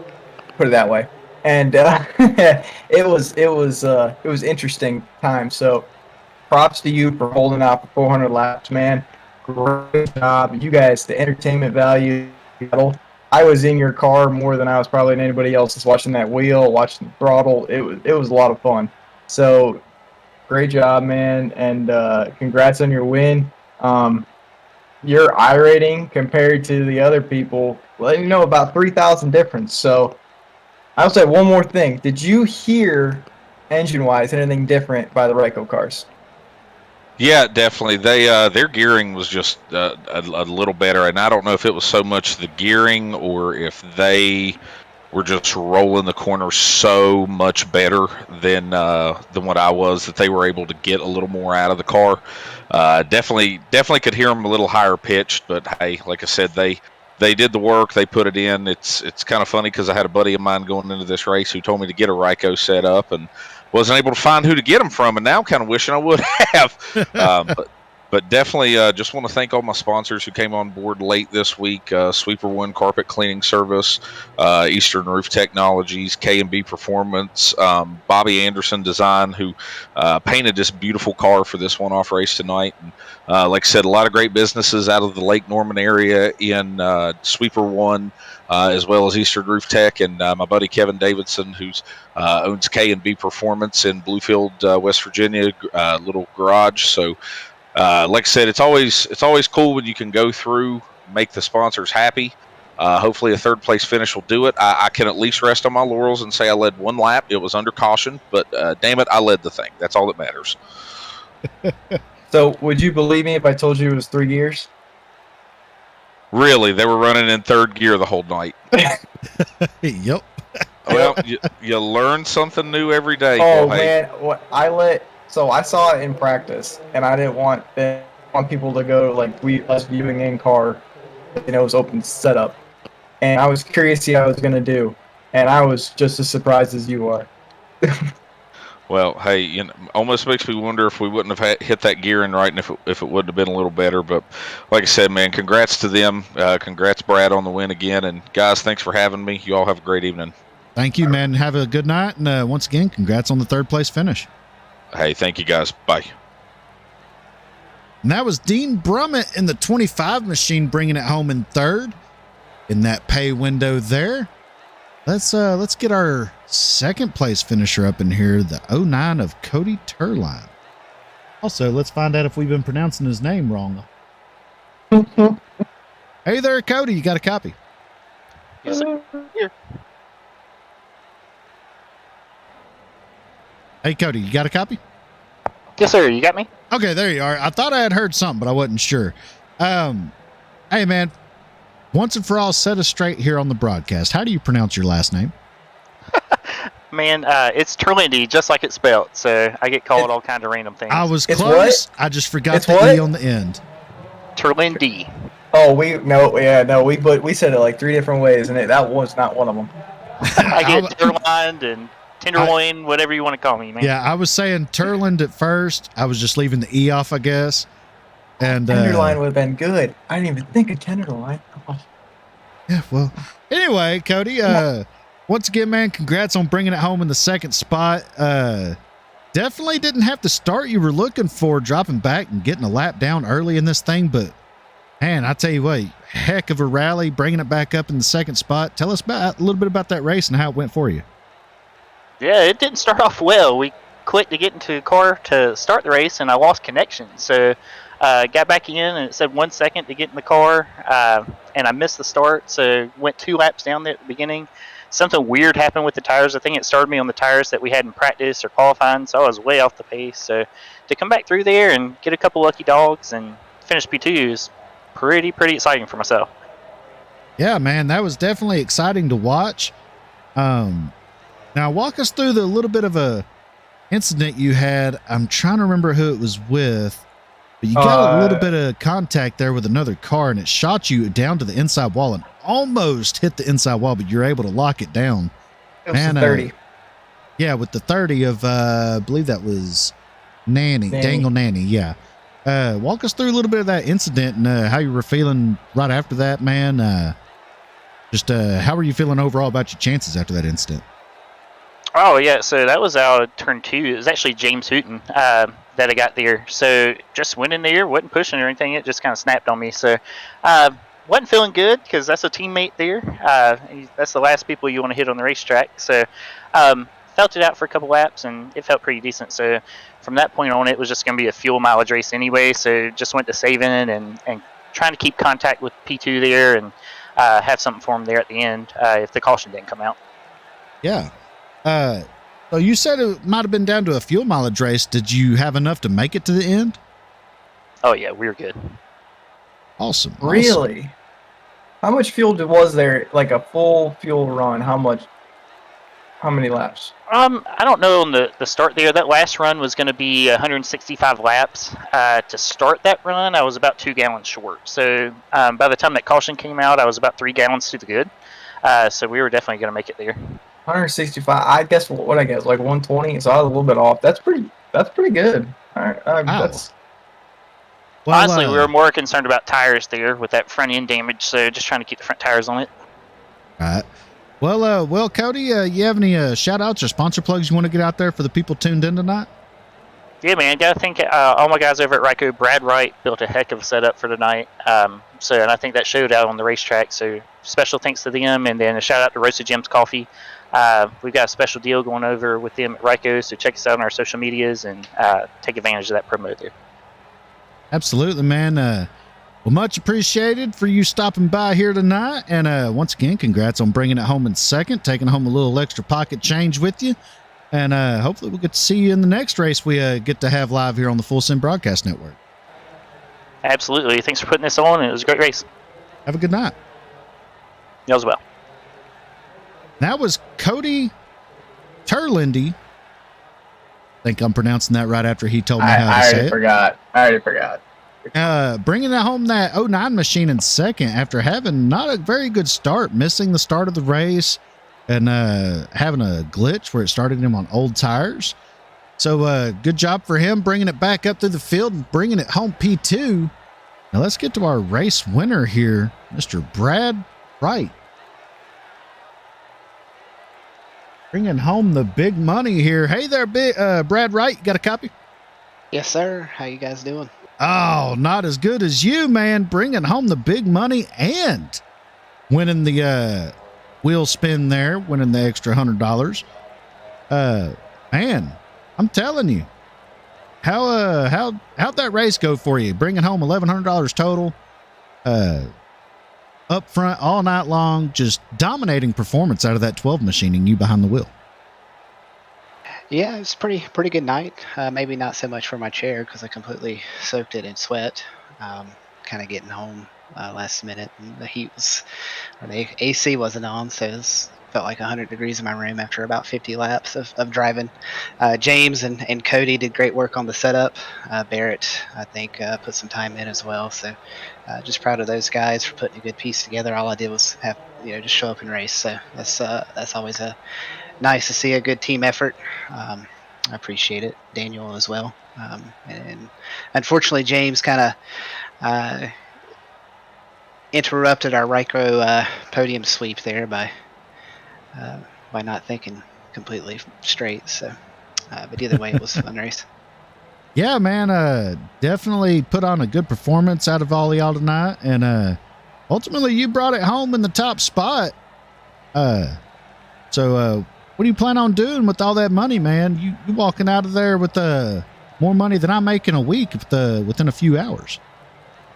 Probably just keep it in the wallet, save it. May throw some money to James, and maybe help some of the team out with some activities. Maybe pay some entry fees for some of these events that are coming up. I know Ron was talking about maybe May for the next one. So the goal is to get more people in here, make these races more competitive, and if Ryco can help, we'll certainly do just that. So just thinking team, thinking big picture, long term. So we'll sit on it and try to apply it back to the game and iRacing. Absolutely, man. And one thing we noticed during the broadcast, all y'all, we didn't pull it up on the broadcast during practice because we didn't want to give away any secrets of the trade for anybody, but we noticed that y'all were running third gear all race long, man. That's something we never thought we would see before, taking 2 whole gears out of the car, man. How was that helping the car rotate and all that for you?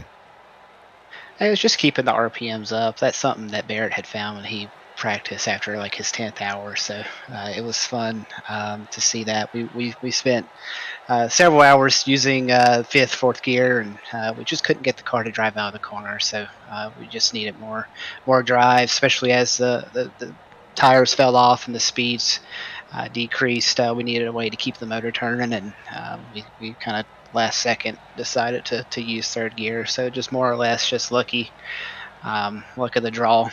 Look, this race is pretty competitive. I appreciate Garrett for showing up, Jason for showing up. Unfortunately, they got caught up in some trouble early, I think, which impacted some of their pace. Just glad to be here. I look forward to Ron putting more of these on, and how Ryko can be involved and help is something we're excited about. Absolutely, man. Roger, you have anything for Brad? No, man. I mean, they gave credit to you for figuring out the setup. I'll let you know that. But in practice, I was paying attention because I've actually raced Garrett and everything like that. I know I learned a lot just from watching his lines and watching you guys. Cody had the fastest lap in practice, and so I'm a big guy riding cockpit and learning by RPMs. And the one thing I noticed was the third gear. And like Jacob said, we weren't gonna show it in practice. But about 15 laps in, when Cody fell to the back, my thing was dirty air in 3 gear is not the way to go. And then slowly but surely during the broadcast, we realized there were 4 Ryko cars in the race. It's so slowly but surely, my theory was debunked. And you guys, man, you just drove an awesome race. The way the car handled, could definitely tell you had a different steering option than the rest of the guys with the way the car turned and the way your tires handled. So just good job on you figuring that out. $1,000 and then spinning the wheel, winning it. Awesome job. Awesome paint. So can't wait for if you run in street stocks, I'll see you there. Open. I don't really know about that one yet, but awesome job, and it was really fun to broadcast. Yeah, I appreciate it. I look forward to going back and listening to your guys' work. I appreciate your efforts. I understand the time it takes to, put one of these events on. So, regardless of, I hate that there wasn't a lot of people here to really, I'm sure there was a lot of downtime, a lot of time for you guys to go back and look at, kind of make stuff up. So we appreciate it. And I hope if Garrett is watching, I saw him in practice. You speak about our setup in third gear and some things that you notice. I was watching Garrett practice and I was sandbagging. I knew just watching him turn lefts we were going to be better. So that was. I'm just trying to rattle Garrett. That way he for the next one he tries a little bit harder because I'd like to go head to head with him. All right, shots fired here on Full Sim Broadcast Network. That was good shots. That was pretty good. Well, Brad, do you have any shout outs or sponsor plugs you want to get out there for the people tuned in tonight? Just want to thank everybody at Ryko. Ken, he introduced me to the idea of running this event, and we put some time in to have some fun. And again, I appreciate you guys, Ron. Like I said, anything that Ryko can do to help move this event forward and make this a regular thing. We look forward to being involved, and again, just appreciate your guys' time. Well, we appreciate it, Brad. And once again, congrats on the win and taking home the big money tonight. And hopefully we'll get to talk to you soon and here at another race we broadcast here on the Full Sim Broadcast Network. Sounds good, guys. Take care. Thanks. Thank you. Have a good night. See ya. That was Brad Wright in the 12 machine, bringing home the checkered flag in the top spot, taking home the big money, man, putting on a dominating performance. Now let's bring in our top guy here, the man, the myth, the legend, Ron Morris Jr. Hey there, Ron, you got a copy? I got a copy. How you doing?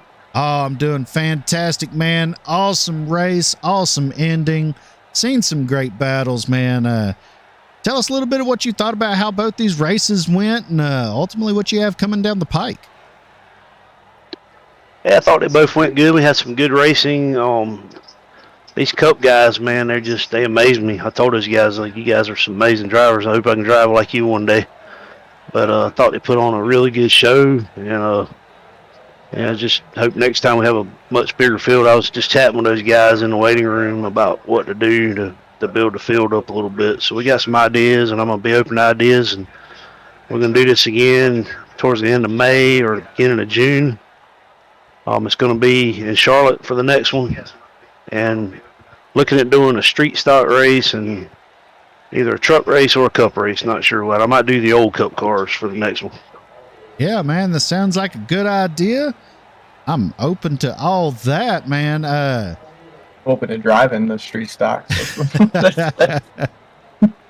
But man, I don't know if you ever do street stocks, but are fun.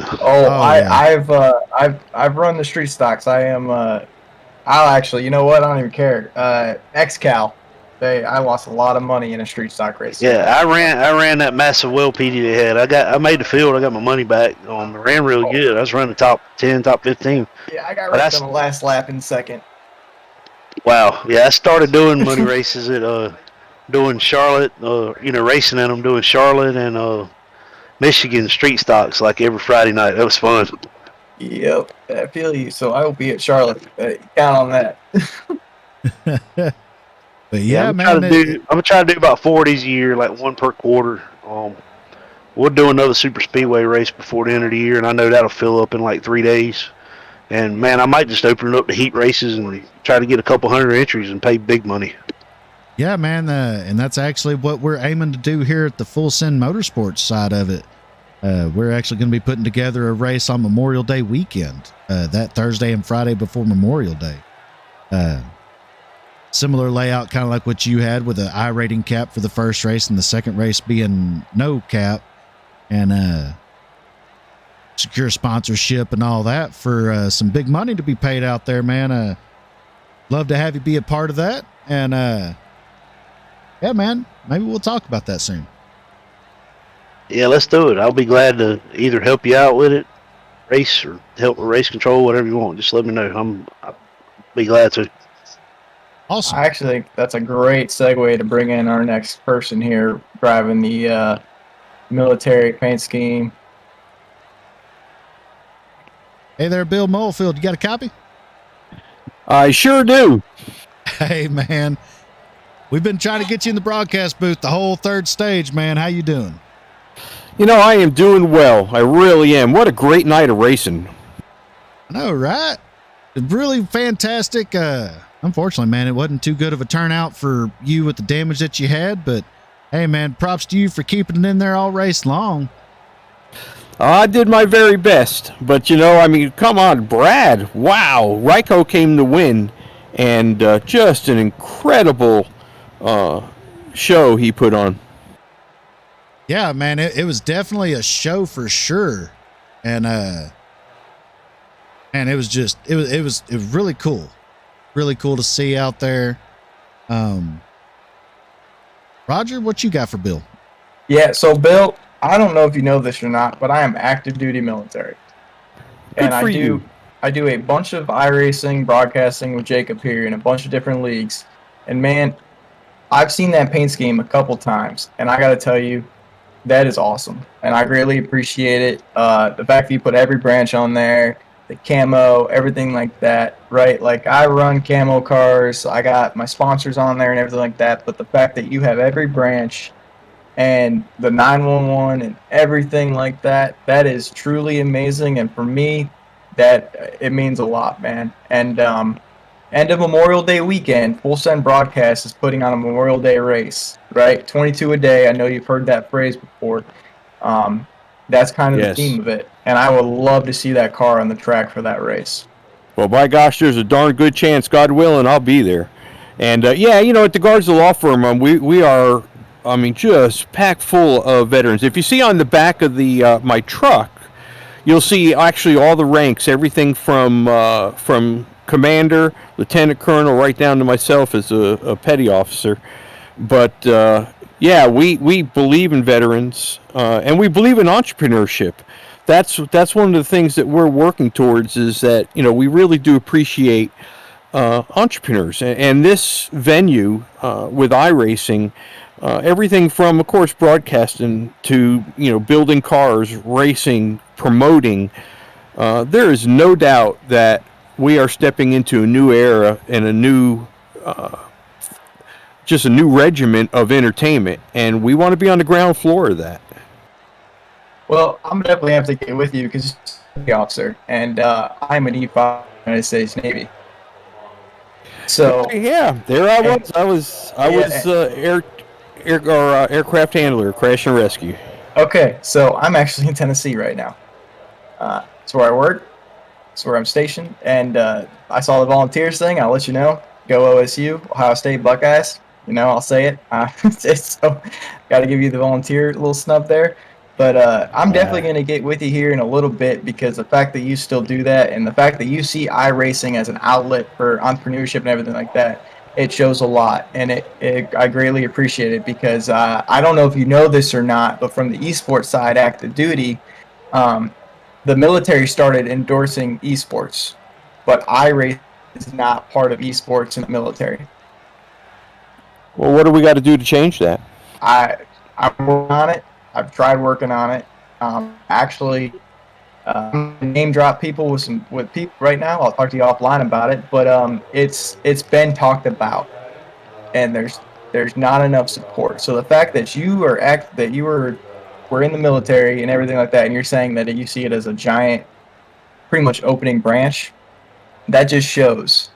So I greatly appreciate you saying that, and man, I can't wait to race against you or race with you. So. Yeah, it'll be more racing with me than against me. But you know what? I had the time of my life. I'm nearly 60. I've always in my life wanted to race. And I've stayed as close as I could to racing, but never actually got in a car. Well, I race with the virtual headset, and I'm sitting in this car, and I am absolutely just living the dream for me. And if I wreck, you know what I do? I hit the reset button and I come out. It doesn't cost me anything. There you go, man. Well, we'll wrap up the broadcast real quick, and we'll chat a little bit here once we end the broadcast. How's that sound? Hi, where would you like me to stay? You can hang out right here if you want, just for a couple of minutes. And again, I thank you all. And my graphics are actually Full Send Graphics does my graphics, so I'd like to give a shout out to him on that. Yeah, absolutely. And well, that was Bill Mulfield there that we just interviewed with Ron Morris Jr. himself, the man, the myth, the legend that put this race together. Let's take you through the official finishing order one more time, presented by the Garza Law Firm. And first, you had Brad Wright in the 12 machine. Second, Cody Turlindy. Third, Dean Brummett. Fourth, Daniel Nanny. Fifth was Jason Maines. Sixth, James Houghton. Seventh, Michael Sturgill Jr. Eighth, Bill Mulfield. Ninth, Zachary Cleek. 10th, Garrett Maines. 11th, Spencer Bird. And rounding out the field in 12th was Jason Schilling. And that's your official finishing order here in the Ron Morris Racing 600 doubleheader race number 2, presented by Garza Law Firm. For Full Send Broadcast Network, for Roger Pierce, I'm Jacob signing off, and we can't wait to see you go full send.